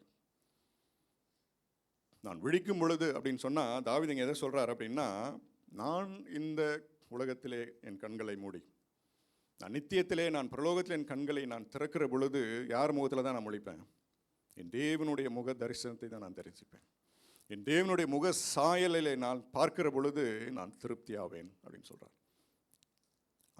அந்த ஒரு கான்ஃபிடென்ஸில் தான் வந்து தாவீது தன்னுடைய இந்த ஜெபத்தை வந்து அவர் கன்க்ளூட் பண்ணுறார் அப்படின்னு சொல்லி நான் பார்ப்பேன். அப்போது ஜெபம் என்பது நாம் இந்த இம்மைக்குரிய காரியங்களை கேட்டு இம்மைக்குரிய காரியங்களுக்காக பெற்றுக்கொள்ளுகிற ஒரு டூல் மாத்திரமில்லை. ஜெபித்து நாம் முடித்து எழுந்திருக்கிற பொழுது அந்த அந்த ஒரு கான்ஃபிடென்ஸ், இந்த மறுமைக்குரிய கான்ஃபிடென்ஸோடு கூட நாம் வந்து இந்த உலகத்திற்குரிய காரியங்கள் மாத்திரமல்ல,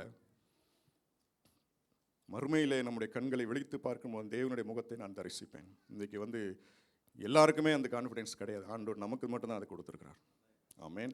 இந்த உலகத்தில் நாம் கண்களை மூடி நாம் ஜெபிக்கிற பொழுதும் சரி, நாம் கண்களை மூடும் பொழுது நம்முடைய முகத்துக்கு முன்பாக தேவனுடைய சாயல், தேவனுடைய முக தரிசனத்தை கண்டு அதை நாம் கண்டு எழுந்திருக்கும் பொழுது தான், ஜெபத்தை முடிக்கும் பொழுது நாம் கேட்டதை பெற்றுக்கொண்டோம் என்கிற கான்ஃபிடென்ஸோடு நான் எப்போ எழுந்து வெளியில் வர முடியும் அப்படின்னு சொன்னால், கண்களை மூடும் பொழுது ஆண்டோடைய முக தரிசனம், ஆண்டோடைய தெய்வ பிரசன்னத்தை, நாம் அவருடைய சாயலை நாம் பார்க்கிற பொழுது, எஸ், நிச்சயமாக நான் கேட்டதை நான் பெற்றுக்கொள்வேன் என்கிற ஒரு கான்ஃபிடென்ஸோடு கூட நாம் வந்து ஜெபித்து நாம் முடிக்கிறோம் என்று சொல்லி நாம் பார்க்கிறோம். வாசிப்போம் 1 கொரிந்தியர் 15ஆம் அதிகாரம் 19ஆம் வசனம்.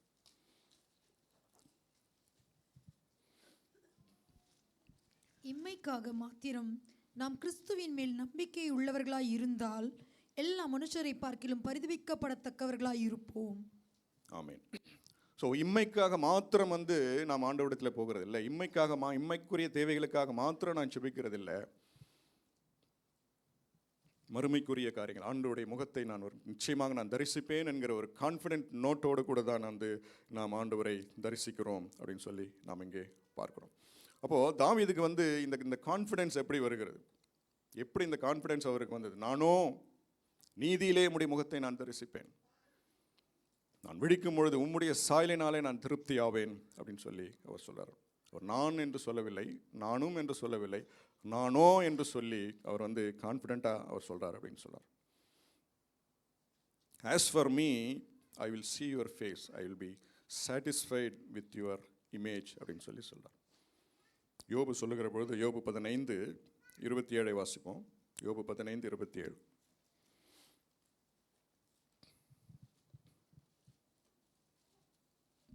அவன் முகத்தை கொழுப்பு மூடி இருக்கிறது, அடிவயிறு தொந்தி விட்டிருக்கிறது. யோபு 15:27. நானே அவரை பார்ப்பேன், அந்நிய கண்களினால் அல்ல, என்னுடைய சொந்த கண்களினாலே அவரை பார்ப்பேன். சரி, அப்போது தட் இஸ் த கான்ஃபிடென்ஸ். அப்படிப்பட்ட ஒரு கான்ஃபிடென்ஸை தான் வந்து யோபுக்கு அது அன்றைக்கு இருந்தது அப்படின்னு சொல்லி நான் பார்க்கணும். ஆண்டவர் நமக்கும் இன்றைக்கு அப்படிப்பட்ட ஒரு உறுதியை, ஒரு கான்ஃபிடென்ஸை நமக்கு கொடுத்துருக்கிறார். கிறிஸ்து உயிர்த்தெழுந்ததினாலே we have a living hope அப்படின்னு சொல்லி அப்போஸ்தலனாகிய பவுல் எழுதுகிறார் அப்படின்னு சொல்லி நான் பார்க்குறோம். அப்போது இந்த கான்ஃபிடென்ஸ் வந்து, இந்த விசுவாசத்தின் இந்த பூரண நிச்சயம் ஜெபத்தில் எப்போ வருகிறது அப்படின்னு சொல்லி நான் பார்க்கும்பொழுது, சுத்த மனசாட்சி, நல் மனசாட்சி இருக்கிற பொழுது தான் வந்து ஜெபத்தில் வந்து இப்படிப்பட்ட ஒரு விசுவாசத்தின் உறுதி நமக்கு வரும் அப்படின்னு சொல்லி நான் பார்க்குறோம். த குட் கான்ஷியன்ஸ் ஜெபத்தில் வந்து ரொம்ப முக்கியமான ஒரு காரியம் நல் மனசாட்சி. ஆண்டவருக்கு முன்பாக அந்த குட் கான்ஷியன்ஸ் இருக்குது பார்த்தீங்களா, அதுதான் வந்து ஜெபித்து முடித்து எழுந்திருக்கிற பொழுது நானோ அப்படின்னு நம்மளால் எழுந்துக்க முடியும். பெற்றுக்கொண்டதை நான் கேட்டதை நான் பெற்றுக்கொண்டேன், நான் அவருடைய முகத்தை தரிசிப்பேன் அப்படின்ற ஒரு கான்ஃபிடென்ஸ் வந்து எப்போ வருகும் அப்படின்னா, நமக்கும் ஆண்டவருக்கும் இடையே இருக்கிற அந்த நல் மனசு, இந்த குட் கான்ஷியன்ஸ் தான் அப்படின்னு சொல்லி நாம் பார்க்குறோம். 1 தீமோத்தேயு 1:5. 1 தீமோத்தேயு 1:5. கற்பனையின் பொருள் என்னவெனில், சுத்தமான இருதயத்திலும் நல் மனசாட்சியிலும் மாயமற்ற விசுவாசத்திலும் பிறக்கும் அன்பே. ஆமென். கற்பனையின் பொருள் என்னவென்றால், முடிவாக என்ன சொல்கிறேன் அப்படின்னு சொல்லி அவர் சொல்கிறாரு. கற்பனையின் பொருள் என்றால் சுத்த இருதயத்திலும், சுத்தமான இருதயத்திலும் நல் மனசாட்சியிலும் மாயமற்ற விசுவாசத்திலும் பிறக்கும் அன்பே. அப்போது சுத்த இருதயம் வந்து நல் மனசாட்சியை கொடுக்கும், நல் மனசாட்சி விசுவாசத்தினுடைய நிச்சயத்தை கொடுக்கும் அப்படின்னு சொல்லி இங்கே பவுல் எழுதுகிறார். அப்போது குற்ற மனசாட்சியோடு கூட வந்து நான் வந்து ஜெபத்தில் போகும் பொழுது, நமக்கு வந்து ஜெபத்தை முடிக்கும் பொழுது இந்த ஒரு கான்ஃபிடென்ஸோடு நம்மால் எழுந்து வர முடியாது. ஏதோ ஒரு காரியம் வந்து நமக்கு ஆண்டவருக்கு இடையே இருக்கிற பொழுது இந்த குட் கான்ஷியன்ஸ் வந்து நமக்கு இருக்காது அப்படின்னு சொல்லி நாம் பார்க்கணும். நம்ம எல்லாருக்கும் இந்த நம் கண்களை மூடி நாம் ஜெபிக்கிற பொழுது கர்த்தர் வந்து சில காரியங்களை நம் கண்களுக்கு முன்பாக கொண்டு வந்து நிறுத்துவார். எல்லாருக்கும் வந்து, ஒரு சிலருக்கு மாத்திரமில்லை, நம் கண்களுக்கு முன்பாக ஆண்டவர் வந்து சில காரியங்களை கொண்டு வந்து நிறுத்துவார். ஸோ அந்த காரியங்கள் வந்து நம்மை என்ன செய்கிறது அப்படின்னு சொன்னால், நம்முடைய இந்த குட் கான்ஷியன்ஸை கெடுக்கிறது, இந்த நல் மனசாட்சியை கெடுக்கிற காரியங்கள் வந்து நம்முடைய கண்களில் முதல்பாக தெரிகிற பொழுது, முதலாவது என்ன பண்ணணும் அப்படின்னா, முதலாவது அதை வந்து நல் மனம் பொருந்த வேண்டும். யாரோடு நல் மனம் பொருந்தணும்? ஆண்டவரோடு கூட நல் மனம் பொருந்த வேண்டும் அப்படின்னு சொல்லி நான் பார்க்கணும். ஜெபத்தில் நம்முடைய ப்ரேயர் பாயிண்ட்ஸை கொண்டு வந்து நிறுத்துறதற்கு முன்பாக, அதற்கு முன்பாக இந்த ஜெப நேரம் வந்து ரொம்ப ரொம்ப முக்கியமான ஒரு நேரம் அப்படின்னு சொல்லி நான் பார்க்குறோம். நம்ம வாசிப்போம். எபிரேயர் 10 22 வாசிப்போம். துர்மனசாட்சி நீங்க தெளிக்கப்பட்ட இருதயமுள்ளவர்களாயும் சுத்த ஜலத்தால் கழுவப்பட்ட சரீரம் உள்ளவர்களாயும் உண்மையுள்ள இருதயத்தோடும் விசுவாசத்தின் பூரண நிச்சயத்தோடும் சேரக்கடவோம். ஆமென். எப்படி ஆண்டவரத்தில் சேரணுமா? துர்மனசாட்சி நீங்க தெளிக்கப்பட்ட இருதயம் உள்ளவர்களாகும். முதலாவது எப்படி சேரணும்? 3 காரியத்தை சொல்கிறாரு. துர்மனசாட்சி நீங்கணும் அப்படின்னா தெளிக்கப்பட்ட இருதயம் உள்ளவர்களாகவும், சுத்த ஜலத்தால் கழுவப்பட்ட சரீரம் உள்ளவர்களாகவும், உண்மையுள்ள இருதயத்தோடும் விசுவாசத்தின் பூரண நிச்சயத்தோடு நாம் சேரக்கடுவோம். அப்போ வந்து தெளிந்த, அதாவது கழுவப்பட்ட இருதயம், தெளிக்கப்பட்ட இருதயம் வந்து நமக்கு எதை கொடுக்கும் அப்படின்னா, சுத்த ஒரு மனசாட்சி அது கொடுக்கும் அப்படின்னு சொல்லி நாம் பார்க்குறோம். இந்த 3 காரியத்தோடு தான் நாம் கர்த்தரிடத்தில் நீங்கள் சேர கடவோம் அப்படின்னு சொல்லி இங்கே அப்போஸ்தலனாகிய பவுல் இங்கே எழுதுகிறார். எபிரேயருக்கு எழுதின அந்த நிருபர் வந்து இதை எழுதுகிறார்.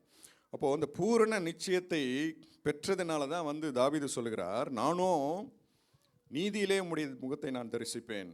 யோபு சொல்லுகிற பொழுது, அந்நிய கண்களால் மாத்திரமல்ல, என்னுடைய சொந்த கண்களாலே நான் ஆண்டவரை நான் தரிசிப்பேன்.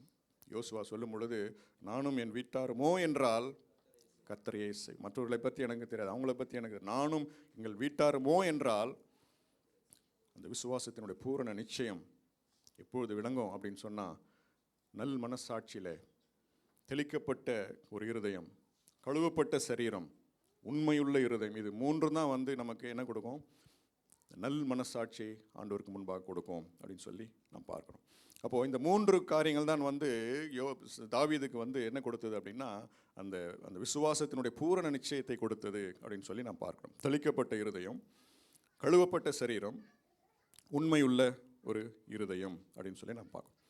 அப்போ ஜெபத்தில் வந்து இதை வைத்து தான் நாம் ஆண்டவர்கிட்ட நாம் கிட்டி சேர வேண்டும் என்று சொல்லி ஆவியானவர் நமக்கு சொல்லுகிறார்.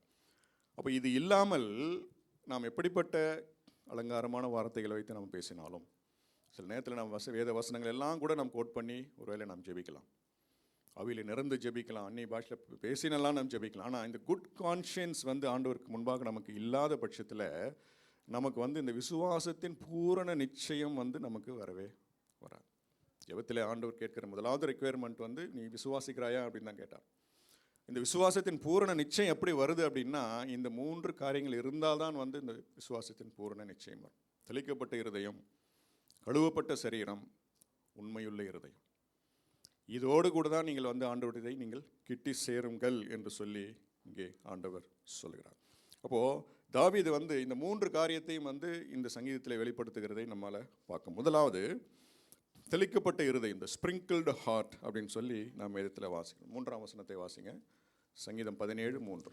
நீர் என் இருதயத்தை பரிசோதித்து ராக்காலத்தில் அதை விசாரித்து என்னை புடமிட்டு பார்த்தும் ஒன்றும் காணாதிருக்கிறீர். என் வாய் மீறாதபடிக்கு தீர்மானம் பண்ணினேன். ஆமீன்.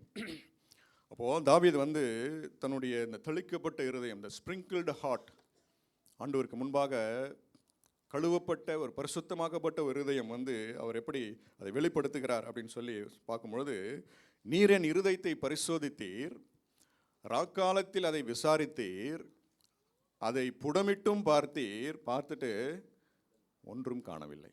என்ன ஒரு கான்ஃபிடென்ஸ் பாருங்கள். ஆமீன். நீங்கள் எத்தனை பேர் வந்து சொல்ல முடியும்? ஆண்டுடைய ஜெபத்தில் போய் முழங்கால் படிட்டு சொல்லும் பொழுது, ஆண்டவரே நீர் என்னை விசாரியும் ஆண்டவரே, நீர் என் இருதயத்தை ஆராய்ந்து பாரும் ஆண்டவரே அப்படின்னு நம்ம ஜெபிக்கலாம். ஆனால் இவரை வந்து அப்படி ஜெபிக்கல. நீர் என்னை பரிசோதித்தீர், நீர் என்னை ராக்காலம் முழுவதும் தீர விசாரித்தீர், நீர் என்னை புடமிட்டும் பார்த்தீர். புடமிடுதல் என்பது அந்த டெஸ்டிங்லே வந்து அதுதான் பீக்கு, அதுதான் ஹை. உன்னை புடமிடுகிறது போல நீர் என்னை புடமிட்டும் பார்த்தீர், ஆனாலும் ஒன்றும் காணவில்லை. இந்த கான்ஷியன்ஸ் தான் வந்து தாவீது கடைசி அந்த ஜெபத்தை முடிக்கும் பொழுது, நானோ அப்படின்ற ஒரு கான்ஃபிடென்ஸ் எப்படி வந்தது அப்படின்னு சொல்லி நாம் பார்க்குற பொழுது, இந்த கான்ஃபிடென்ஸ் தான் ஜெபத்தில் நமக்கு நாம் கேட்கிறதை பெற்றுக்கொள்வோம் என்கிற கான்ஃபிடென்ஸ் எப்படி வருகிறதுன்னு சொன்னால், என் இருதயத்தை நீர் ஆராய்ந்து பார்த்தீர், நீ சோதித்து பார்த்தீர், நீ புடமிட்டும் பார்த்தீர், ஆனாலும் நீர் ஒன்றும் காணவில்லை. இதே தாவீது வந்து 51ஆம் சங்கீதத்திலும் தாவீது ஜெபிக்கிறார். தாவீதினுடைய இன்னொரு முக்கியமான ஒரு பிரேயர் வந்து 51ஆம் சங்கீதம். 51ஆம் சங்கீதத்தில் தாவீது ஜெபித்த ஜெபத்திற்கும் இந்த 17ஆம் சங்கீதத்தில் தாவீதினுடைய ஜெபத்திற்கும் வந்து பார்க்கும்பொழுது அப்படியே வந்து ஆப்போசிட்டான ஒரு பிரேயர் அப்படின்னு சொல்லி பார்க்குறோம். 51ஆம் சங்கீதம் 10ஆம் வசனத்தை வாசிங்க. தேவனே, சுத்த இருதயத்தை என்னிலே சிருஷ்டியும், நிலைவரமான ஆவியை என் உள்ளத்திலே புதுப்பியும். ஆமேன். அப்போ இங்கே தாவீது என்ன சொல்றாரு? தேவனே, சுத்த இருதயத்தை என்னிலே சிருஷ்டியும். ஆனால் இங்கே என்ன சொல்றாரு? 17ஆம் சங்கீதத்தில் என்ன சொல்றாரு? நீர் ராத்திரி முழுவதும் என் இருதயத்தை சோதித்து பார்த்தீர், நீர் என்னை புடமிட்டும் பார்த்தீர், ஆனால் ஒரு குற்றமும் உங்களால் காணவில்லை. ஆனால் 51ஆம் சங்கீதத்தில் அவருடைய நிலைமை அது கிடையாது. 51ஆம் சங்கீதத்தில் அவருடைய விண்ணப்பங்கள் எல்லாம் பார்க்கும் பொழுது அவருடைய சூழ்நிலை எல்லாம் நமக்கு தெரியும் இல்லையா? அவர் பாவத்தில் விழுந்த பிறகு அவர் ஏறெடுத்த விண்ணப்பம் அப்படின்னு சொல்லி அப்போ அந்த சங்கீதம் முழுவதுமே பார்க்கும் பொழுது அவருக்கு ஏன் வந்து அந்த 51ஆம் சங்கீதத்தில் அவர் தாவீதினுடைய எந்த பர்சனல் ப்ரேயர் பாயிண்ட்ஸும் கிடையாது. எனக்கு இதை தாங்க ஆண்டவரே, அதை தாங்கன்னு சொல்லி கேட்டு வாங்க முடியாது. ஏனென்றால் அவருடைய மனசாட்சி வந்து குத்தப்பட்டதாக இருந்தது. முதல் 5 அந்த சங்கீதம் முழுவதும் நீங்கள் வாசிக்கும் போது, ஆண்டவரே நீர் என்னை சுத்திகரியும் ஆண்டவரே, என்னை கழுவும், என் மீறுதல் நீங்க என்னை கழுவும். முதல் 5 வசனங்களை நான் வாசிப்போம். 51ஆம் சங்கீதம். தேவனே, உமது கிருபையின்படி எனக்கு இரங்கும். உமது மிகுந்த இரக்கங்களின்படி என் மீறுதல்கள் நீங்க என்னை சுத்திகரியும். என் அக்கிரமம் நீங்க என்னை முற்றிலும் கழுவி என் பாவமற என்னை சுத்திகரியும். என் மீறுதல்களை நான் அறிந்திருக்கிறேன். என் பாவம் எப்பொழுதும் எனக்கு முன்பாக நிற்கிறது. தேவரீர் ஒருவருக்கே விரோதமாக நான் பாவம் செய்து உமது கண்களுக்கு முன்பாக பொல்லாங்கானதை நடப்பித்தேன். நீர் பேசும்போது உம்முடைய நீதி விளங்கவும், நீர் நியாயம் தீர்க்கும்போது உம்முடைய பரிசுத்தம் விளங்கவும் இதை அறிக்கையிடுகிறேன். இதோ நான் துர்க்குணத்தில் உருவானேன். என் தாய் என்னை பாவத்தில் கர்ப்பம் தரித்தாள். ஆமென். அப்போ 51ஆம் சங்கீதத்தில் தாவீது ஜெபிக்கிற பொழுது தாவீதுக்கு என்ன இல்லை? தாவீதுக்கு சுத்த இருதயம் இல்லை, நல் மனசாட்சி இல்லை, விபச்சாரம், கொலைபாதகம். அப்போ ஆண்டவருக்கு விரோதமான காரியங்கள் வந்து அவருடைய வாழ்க்கை முழுவதும் நிறைந்திருந்தனால அந்த குட் கான்ஷியன்ஸ் வந்து தாவீதுக்கு அங்கே இல்லை அப்படின்னு சொல்லி நான் பார்க்கணும். ஆகையினால தாவீது வந்து 51ஆம் சங்கீதத்தில் எந்த ஒரு ஜெப விண்ணப்பத்தையும் அவர் அங்கே வைக்கவில்லை. அதற்கு முன்பாக தேவனுக்கு முன்பாக இருக்கிற அந்த குற்றமுள்ள ஒரு மனசாட்சியை கிளியர் பண்ணுறதுக்காகவே வந்து தாவீது வந்து இந்த 51ஆம் சங்கீதம் முழுவதும் பாடினார் அப்படின்னு சொல்லி நான் பார்க்கணும். ஆனால் 17ஆம் சங்கீதத்தில் அவர் சொல்லுகிற பொழுது அது அப்படியே ஆப்போசிட்டாக சொல்வார். தேவனே, நீர் என்னை விசாரித்தீர், என்னை புடமிட்டீர், என்னை நீர் ஆராய்ந்து பண்ணி பார்த்தீர், ஆனாலும் கூட என்னிடத்தில் நீர் ஒரு குற்றத்தையும் நீர் காணவில்லை. அந்த குட் கான்ஷியன்ஸ் தான் வந்து தாவீது சொல்கிறாரு. நானோ என் தேவனுடைய முகத்தை நான் தரிசிப்பேன், உடைய முகத்தின் சாயலினாலே நான் திருப்தி ஆவேன் என்று சொல்லி நாம் இங்கே வாசிக்கிறோம். அப்போது தாவீதினுடைய ப்ரேயர் பாயிண்ட்ஸ் வந்து இந்த 17ஆம் சங்கீதத்தில் நான் வாசிக்கும்போது தாவீதினுடைய ஆக்சுவல் ப்ரேயர் பாயிண்ட்ஸ் வந்து எங்கே ஆரம்பிக்குது அப்படின்னா 7ஆம் வசனத்திலிருந்து 13ஆம் வசனத்தில் தான் அவருடைய ப்ரேயர் பாயிண்ட்ஸ் ஆரம்பிக்கிறது. அதற்கு முன்பாக முதல் 5 வசனங்களில் வந்து அவர் வந்து தேவனோடு இருக்கிற அந்த நல் மனசாட்சியை அந்த குட் கான்ஷியன்ஸை வந்து என்ஷூர் பண்ணுறதுக்காக அவர் தேவனோடு கூட தன்னுடைய நல் மனசாட்சியை வந்து அவர் உறுதிப்படுத்துகிறார் அப்படின்னு சொல்லி நாம் இங்கே பார்க்கிறோம். அப்போ தாவீதுடைய ஆக்சுவல் ப்ரேயர் பாயிண்ட்ஸ் வந்து 7ஆம் வசனத்திலிருந்து வருகிறது. 7ஆம் வசனத்தில் அவர் சொல்கிறாரு, தேவனே, உம்முடைய அதிசயமான கிருபையை நீர் விளங்க பண்ணும். அதான் அவர் முதல் ப்ரேயர் பாயிண்ட். 8ஆம் வசனத்தில் கண்மணி போல என்னை காத்திருளும், ப்ரொடெக்ஷனுக்காக அவர் ஜெபிக்கிறார். 9ஆம் வசனத்தில் உம்முடைய செட்டைகளின் நிழலிலே வைத்து என்னை நீர் காப்பாற்றும். 13ஆம் வசனத்தில் என் எதிரிகள் எவ்வளவாய் பெருகி இருக்கிறார்கள், என் எதிரிகளை நீர் மடங்கடிக்கும்படியாய் நான் ஜெபிக்கிறேன்னு சொல்லி ஜெபிக்கிறார். 13ஆம் வசனத்தில் உம்முடைய பட்டயத்தினாலே நீர் என்னை தப்புவியும். 14 உம்முடைய கரத்தினாலே நீர் என்னை தப்புவியும் அப்படின்னு சொல்லி இதுதான் வந்து தாவீதினுடைய ஜெப குறிப்புகள் அப்படின்னு சொல்லி நம்ம. ஆனால் அதற்கு முன்பாகவே 3ஆம் வசனத்தை சொல்கிறார் தாவீது, தேவரீர் நீர் என்னை சோதித்தீர், என்னை ஆராய்ந்து பார்த்தீர், என்னை புடமிட்டீர், ஆனாலும் நீர் என்னிடத்தில் ஒரு குறையும் நீர் காணவில்லை. அப்போது இந்த ஜெப குறிப்புகள் வைக்கிறது முக்கியம் இல்லை, அதற்கு முன்பாக எது ரொம்ப முக்கியம்? தேவனோடு இருக்கிற அந்த நல் மனசாட்சியை நாம் உறுதி செய்வது ரொம்ப முக்கியம். ஏனென்றால் நம்முடைய விண்ணப்பங்கள், நம்முடைய ஜெப குறிப்புகள் எல்லாம் வந்து ஆண்டவருக்கு தெரியும் இல்லையா? ஆண்டவருடைய கண்களுக்கு எதுவுமே மறைவானதில்லை. அதற்கு முன்பாக நாம் இந்த ஜெபித்து முடித்து நாம் ஒரு முழு கான்ஃபிடென்ஸோடு கூட நான் கேட்டதை நான் பெற்றுக்கொள்வேன் என்கிற ஒரு விசுவாசத்தின் பூரண நிச்சயம் எப்போ வரும் அப்படின்னா அந்த குட் கான்ஷியன்ஸ் எப்போ வருகிறதோ அப்போ தான் வரும். தாவீதுக்கு எவ்வளோ ஒரு போல்டாக சொன்னதை போல நம்மால் இன்றைக்கு சொல்ல முடியுமா? தேவரீர் நீர் என்னை விசாரித்தீர், என்னை பார்த்தீர், என் இருதயத்தை நீர் சோதித்து பார்த்தீர், ஆனாலும் அதில் ஒரு குற்றமும் காணவில்லை. இந்த குட் கான்ஷியன்ஸ் தான் வந்து, இந்த நல் மனசாட்சி தான் தாவீதுக்கு அந்த விசுவாசத்தின் பூரண நிச்சயத்தை கொடுத்தது அப்படின்னு சொல்லி நாம் இங்கே வாசிக்கிறோம். அப்போது எபிரேயர் 10:22 நான் வாசித்தபடி தேவனிடத்தில் எப்படி கிட்டி சேர வேண்டும் என்று சொல்லி நான் வாசிக்கிறோம். தெளிக்கப்பட்ட ஒரு இருதயம். ஃபர்ஸ்ட் ரிக்வயர்மெண்ட் வந்து ஸ்ப்ரிங்கிள்டு ஹார்ட், தெளிக்கப்பட்ட ஒரு இருதயம். இந்த வசனத்தை இதைத்தான் வந்து 3ஆம் வசனத்தில் தாவீது வந்து என்ஷூர் பண்ணுறாரு. தேவரே நீர் என்னை பரிசோதித்தீர், என்னை விசாரித்தீர், என்னை புடமிட்டும் பார்த்தீர், என்னிடத்தில் நீர் ஒன்றையும் காணவில்லை. என்னை விசாரியும் என்னை பரிசோதியும் என்று சொல்கிறது வேற, என்னை விசாரித்து பார்த்தும் என்னை சோதித்தும் என்னிடத்தில் நீர் ஒன்றும் காணவில்லை என்கிறதுல தான் தாவீதினுடைய அந்த கான்ஃபிடென்ஸ் நமக்கு வெளிப்படுகிறது சொல்லி நாம் பார்க்குறோம். அதுக்கு இரண்டாவதாக எபிரேயர் 10:22 இரண்டாவது எப்படி நாம் ஆண்டவரை கிட்டி சேர வேண்டும் அப்படின்னு சொல்லி பார்க்கிற பொழுது கழுவப்பட்ட சரீரம். ஆமேன். கழுவப்பட்ட சரீரம் அப்படின்னு சொன்னால் என்ன அர்த்தம்?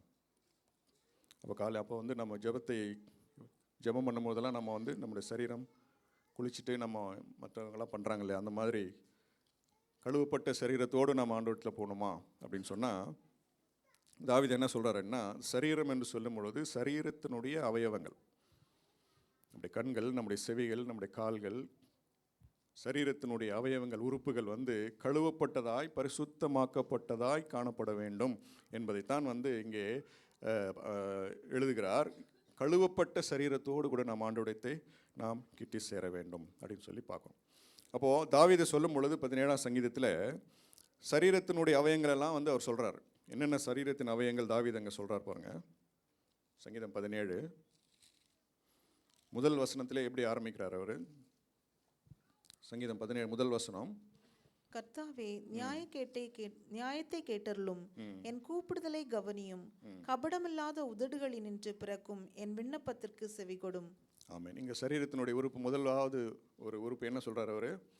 கபடமில்லாத உதடுகள். என்னுடைய ஜெப விண்ணப்பம் எப்படிப்பட்ட உதட்டிலிருந்து புறப்படுதுன்னு சொல்றாரு? கபடமில்லாத உதடுகளிலிருந்து புறப்படுகிற என்னுடைய ஜெபத்தை கேளும். ஆமென். முதலாவது கழுவப்பட்ட சரீரத்தினுடைய முதல் அவயம் அவர் சொல்றாரு, தி கில்லெஸ் லிப்ஸ், கபடமில்லாத ஒரு இருதயம், கபடமில்லாத உதடுகள் அப்படின்னு சொல்லி சொல்றார். 3ஆம் வசனத்தில், என் வாய் மீறாதபடிக்கு நான் தீர்மானம் பண்ணினேன். இரண்டாவது, என்னுடைய வாய் மீறாதபடிக்கு நான் தீர்மானம் பண்ணேன். 4ஆம் வசனம் 5ஆம் வசனத்தில் நான் வாசிக்கும் பொழுது, துஷ்டனுடைய பாதைக்கு என் கால்களை விலக்கி நான் காத்துக்கொள்கிறேன். இதில் தான் வந்து தன்னுடைய இந்த கழுவப்பட்ட சரீரத்துக்கு என்ன எக்ஸாம்பிள் அப்படின்னு சொல்லி 17ஆம் சங்கீதத்தில் தாவீது சொல்கிறார். சரீரத்தினுடைய உறுப்புகள், நம்முடைய கண்கள், செவிகள், கால்கள், இவைகள் எல்லாம் வந்து ஆண்டவருடைய இதன் மூலமாக நாம் செய்கிற செய்கைகளை தான் இது குறிக்கிறது. இவைகள் எல்லாம் தேவனுக்கு முன்பாக கழுவப்பட்டதாய் பரிசுத்தமாக்கப்பட்டதாய் இருக்கிறதா என்பது பொறுத்து தான் நம்முடைய அந்த குட் கான்ஷியன்ஸ் வெளிப்படுகிறது. இந்த குட் கான்ஷியன்ஸ் தான் வந்து நமக்கு விசுவாசத்தினுடைய பூரண நிச்சயத்தை நமக்கு கொடுக்கும் அப்படின்னு சொல்லி நாம் இங்கே பார்க்கணும். அப்போ ஆண்டவரிடத்தில் எப்படி கிட்டி சேர வேண்டும் என்று சொல்லி பவுல் சொல்லுகிற பொழுது, அதனுடைய 2வது ஸ்டெப் என்ன சொல்கிறாருன்னா, கழுவப்பட்ட ஒரு சரீரம், கபடமில்லாத உதடுகள், என்னுடைய கபடமில்லாத உதடுகளிலிருந்து பிறக்கிற என்னுடைய ஜெபத்தை நீர் கேளுங்க ஆண்டவரே அப்படின்னு சொல்லி சொல்கிறார். முதலாவது கபடமில்லாத உதடுகள், ஆண்டவரிடத்தில் பேசுகிற இந்த உதடு, ஆண்டவரோடு தேவாதி தேவனோட அந்த மகா பரிசுத்த தேவனோடு கூட உரையாடுகிற இந்த உதடு, ஆவியில நிறைந்து அந்நிய பாஷையில் பேசி பாடி துதிக்கிற இந்த உதடு எப்படி இருக்கணுமா? கபடமில்லாத உதடாய் இது இருக்கணும் அப்படின்னு சொல்லி இங்கே தாவீது இங்கே சொல்லுகிறார். 3ஆம் வசனத்தை, என் வாய் மீறாதபடிக்கு நான் தீர்மானம் பண்ணினேன். என் வாயிலிருந்து புறப்படுகிற காரியங்கள் வந்து அது இந்த எல்லையை மீறாதபடிக்கு நான் தீர்மானம் பண்ணினேன் அப்படின்னு சொல்லி சொல்றார். 39ஆம் சங்கீதம் முதல் வசனத்தை வாசிங்க.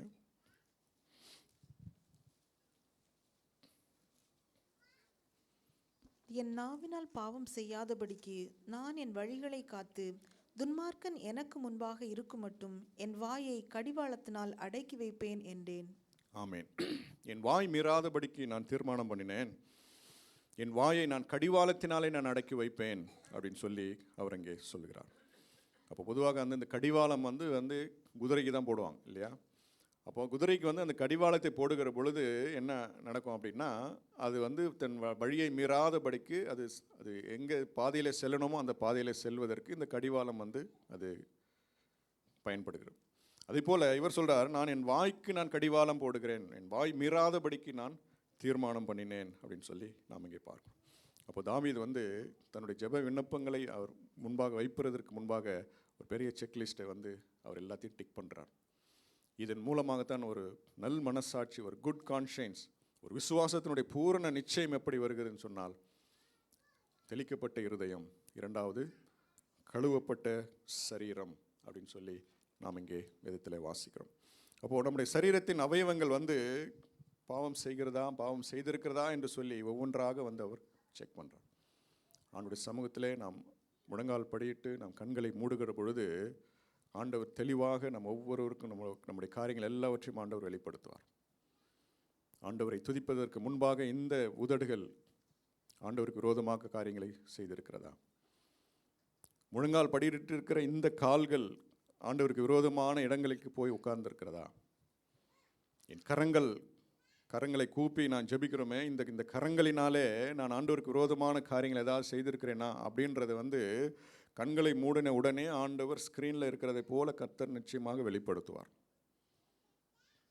ஆவியானவர் நம்முடைய ஆவியோடு இரண்டரை கலந்திருக்கிறார். ஏதோ தூரத்தில் ஆண்டவர் இல்லை. முழங்கால் படியிட்டு கண்களை மூடுகிற பொழுது தேவனுடைய முக தரிசனம், அந்த கிருபை, அந்த ஸ்லாக்கியத்தில் தான் ஆண்டவர் நம்மை வைத்திருக்கிறார் அப்படின்னு சொல்லி நான் பார்க்குறோம். 1 சங்கீதத்தில் அந்த சங்கீதத்தில் பாடினவன் சொல்கிறான், துன்மார்க்கருடைய ஆலோசனையில் நடவாமலும் பாவிலுடைய வழியில் நில்லாமலும் பரியாசக்காரர் உட்காரும் இடத்தில் உட்காராமலும், walk not, sit not and stand not. எல்லாமே கால்கள். இந்த கால்களினாலே நான் ஆண்டவருக்கு முன்பாக நான் குற்றமற்றவனாக இருக்கிறேனா என்பதை உறுதி செய். அப்படிப்பட்ட ஒரு மனுஷன் எப்படி இருப்பானா, அவன் இரவும் பகலும் கர்த்தருடைய வேதத்திலே அவன் தியானமாக இருப்பான். அவன் செய்வது எல்லாம் வாய்க்கும். தன் காலத்தில் தன் கனியை தருகிற இலை உதிராது இருக்கிற மரத்தை போல இருப்பான். எந்த ஒரு ஜெப குறிப்பும் இங்கே இல்லை. ஆண்டவருக்கு முன்பாக இருக்கிற அந்த குட் கான்ஷியன்ஸ், தெளிக்கப்பட்ட ஒரு இருதயம், கழுவப்பட்ட சரீரம், அதுதான் நமக்கு ஆண்டவருக்கு முன்பாக ஒரு நல் மனசாட்சியை கொடுக்கும். அப்படிப்பட்ட ஒரு ஜெபத்திலே தான் நமக்கு கான்ஃபிடன்ஸ், நானோ ஒரு சேனைக்குள்ளாக நான் பாய்ந்து செல்வேன், நானோ ஒரு மதிலை நான் தாண்டுவேன். அந்த நானோ என்கிற அந்த கான்ஃபிடென்ஸ் ஜெபத்தில் நான் கேட்டதை நான் பெற்றுக்கொள்வேன் என்கிற ஒரு கான்ஃபிடென்ஸ் எப்படி வருது அப்படின்னா, தெளிக்கப்பட்ட இருதயம். ஆண்டவரே, நீர் என் இருதயத்தை சோதித்து பார்த்தீர், நீர் அதை விசாரித்தீர், அதை புடமிட்டீர். இதுதான் தெளிக்கப்பட்ட ஆண்டோடைய திரு ரத்தத்தினால் தெளிக்கப்பட்ட ஒரு இருதயம். நீர் ராக்காலம் முழுவதும் என்னை தீர விசாரித்தீர், அதனால் ஒன்றும் காணவில்லை. இரண்டாவதாக, கழுவப்பட்ட ஒரு சரீரம். சரீரத்தினுடைய அவயவங்கள், உறுப்புகள் எல்லாவற்றிலும் குற்றமற்றதாய் உங்களுக்கு முன்பாக நான் இருக்கிறேனா என்பதை தாவீது இங்கே உறுதி செய்கிறார். இதுதான் தேவனுக்கு முன்பாக நமக்கு நல் மனசாட்சியை கொடுக்கிறது அப்படின்னு சொல்லி நாம் இங்கே பார்க்கிறோம். மூன்றாவதாக, உண்மை உள்ள இருதயம். எபிரேயர் 10:22 படி மூன்றாவதாக நான் எப்படி ஆண்டவரை கிட்டி சேர வேண்டும் அப்படின்னா, உண்மையுள்ள ஒரு இருதயம். 51 சங்கீதத்தில் தாவீது கரெக்டாக அதை கேட்குறார். ஆண்டவரே, சங்கீதம் 51:6 வாசிப்போம். இதோ உள்ளத்தில் உண்மை இருக்க விரும்புகிறீர், அந்த கரணத்தில் ஞானத்தை எனக்கு தெரியப்படுத்துவீர். ஆமென். இதோ உள்ளத்தில் உண்மையாயிருக்க விரும்புகிறீர், உண்மை இருக்க விரும்புகிறீர். உண்மை உள்ள ஒரு இருதயம் நமக்கு ஒரு விசுவாசத்தின் பூரண நிச்சயத்தை நமக்கு கொடுக்கும் அப்படின்னு சொல்லி நாம் வாசிக்கிறோம். இந்த மூன்றும் தான் நம்ம ஜெபத்தில் விசுவாசத்தை நாம் கேட்டதை பெற்றுக்கொண்டோம் என்கிற ஒரு பூரண விசுவாசத்தின் நிச்சயம் எதை கொடுக்கும் அப்படின்னா, தெளிக்கப்பட்ட இருதயம், கழுவப்பட்ட சரீரம், உண்மை உள்ள ஒரு இருதயம். அப்போதான் தாவீது சொன்னதை போல நம்மாலும் சொல்ல முடியும், நானோ நீதியிலே உம்முடைய முகத்தை நான் தரிசிப்பேன், உம்முடைய சாயலினாலே நான் திருப்தி ஆவேன். ஆமென். நான் கேட்டதை பெற்றுக்கொண்டேன் என்கிற ஒரு பூரண நிச்சயத்தோடு கூட நான் ஒவ்வொரு முறையும் நான் கண்களை மூடுகும் பொழுது என் தேவனுடைய முகத்தை நான் பார்ப்பேன், தேவனுடைய முக சாயலினாலே நான் திருப்தி ஆவேன் என்கிற அந்த பூரண நிச்சயம் எப்பொழுது வரும் அப்படின்னு சொன்னால், தெளிக்கப்பட்ட இருதயத்தோடு, கழுவப்பட்ட சரீரத்தோடு கூட, ஒரு உண்மையுள்ள ஒரு இருதயத்தோடு கூட நாம் ஆண்டோடைய சமூகத்தில் முழங்கால் படியிடுகிற ஒரு நிச்சயமாக நாம் கேட்டதை பெற்றுக்கொள்ளும். தாவீதை போல, யோபுவை போல, யோசுவாவை போல நம்மாலும் விசுவாசத்தின் பூரண நிச்சயத்தோடு ஆண்டோடைய சமூகத்தில் நம்மால் சேர முடியும். கர்த்தர் தாமே நம்மை ஆசீர்வதிப்பாராக. ஆமென்.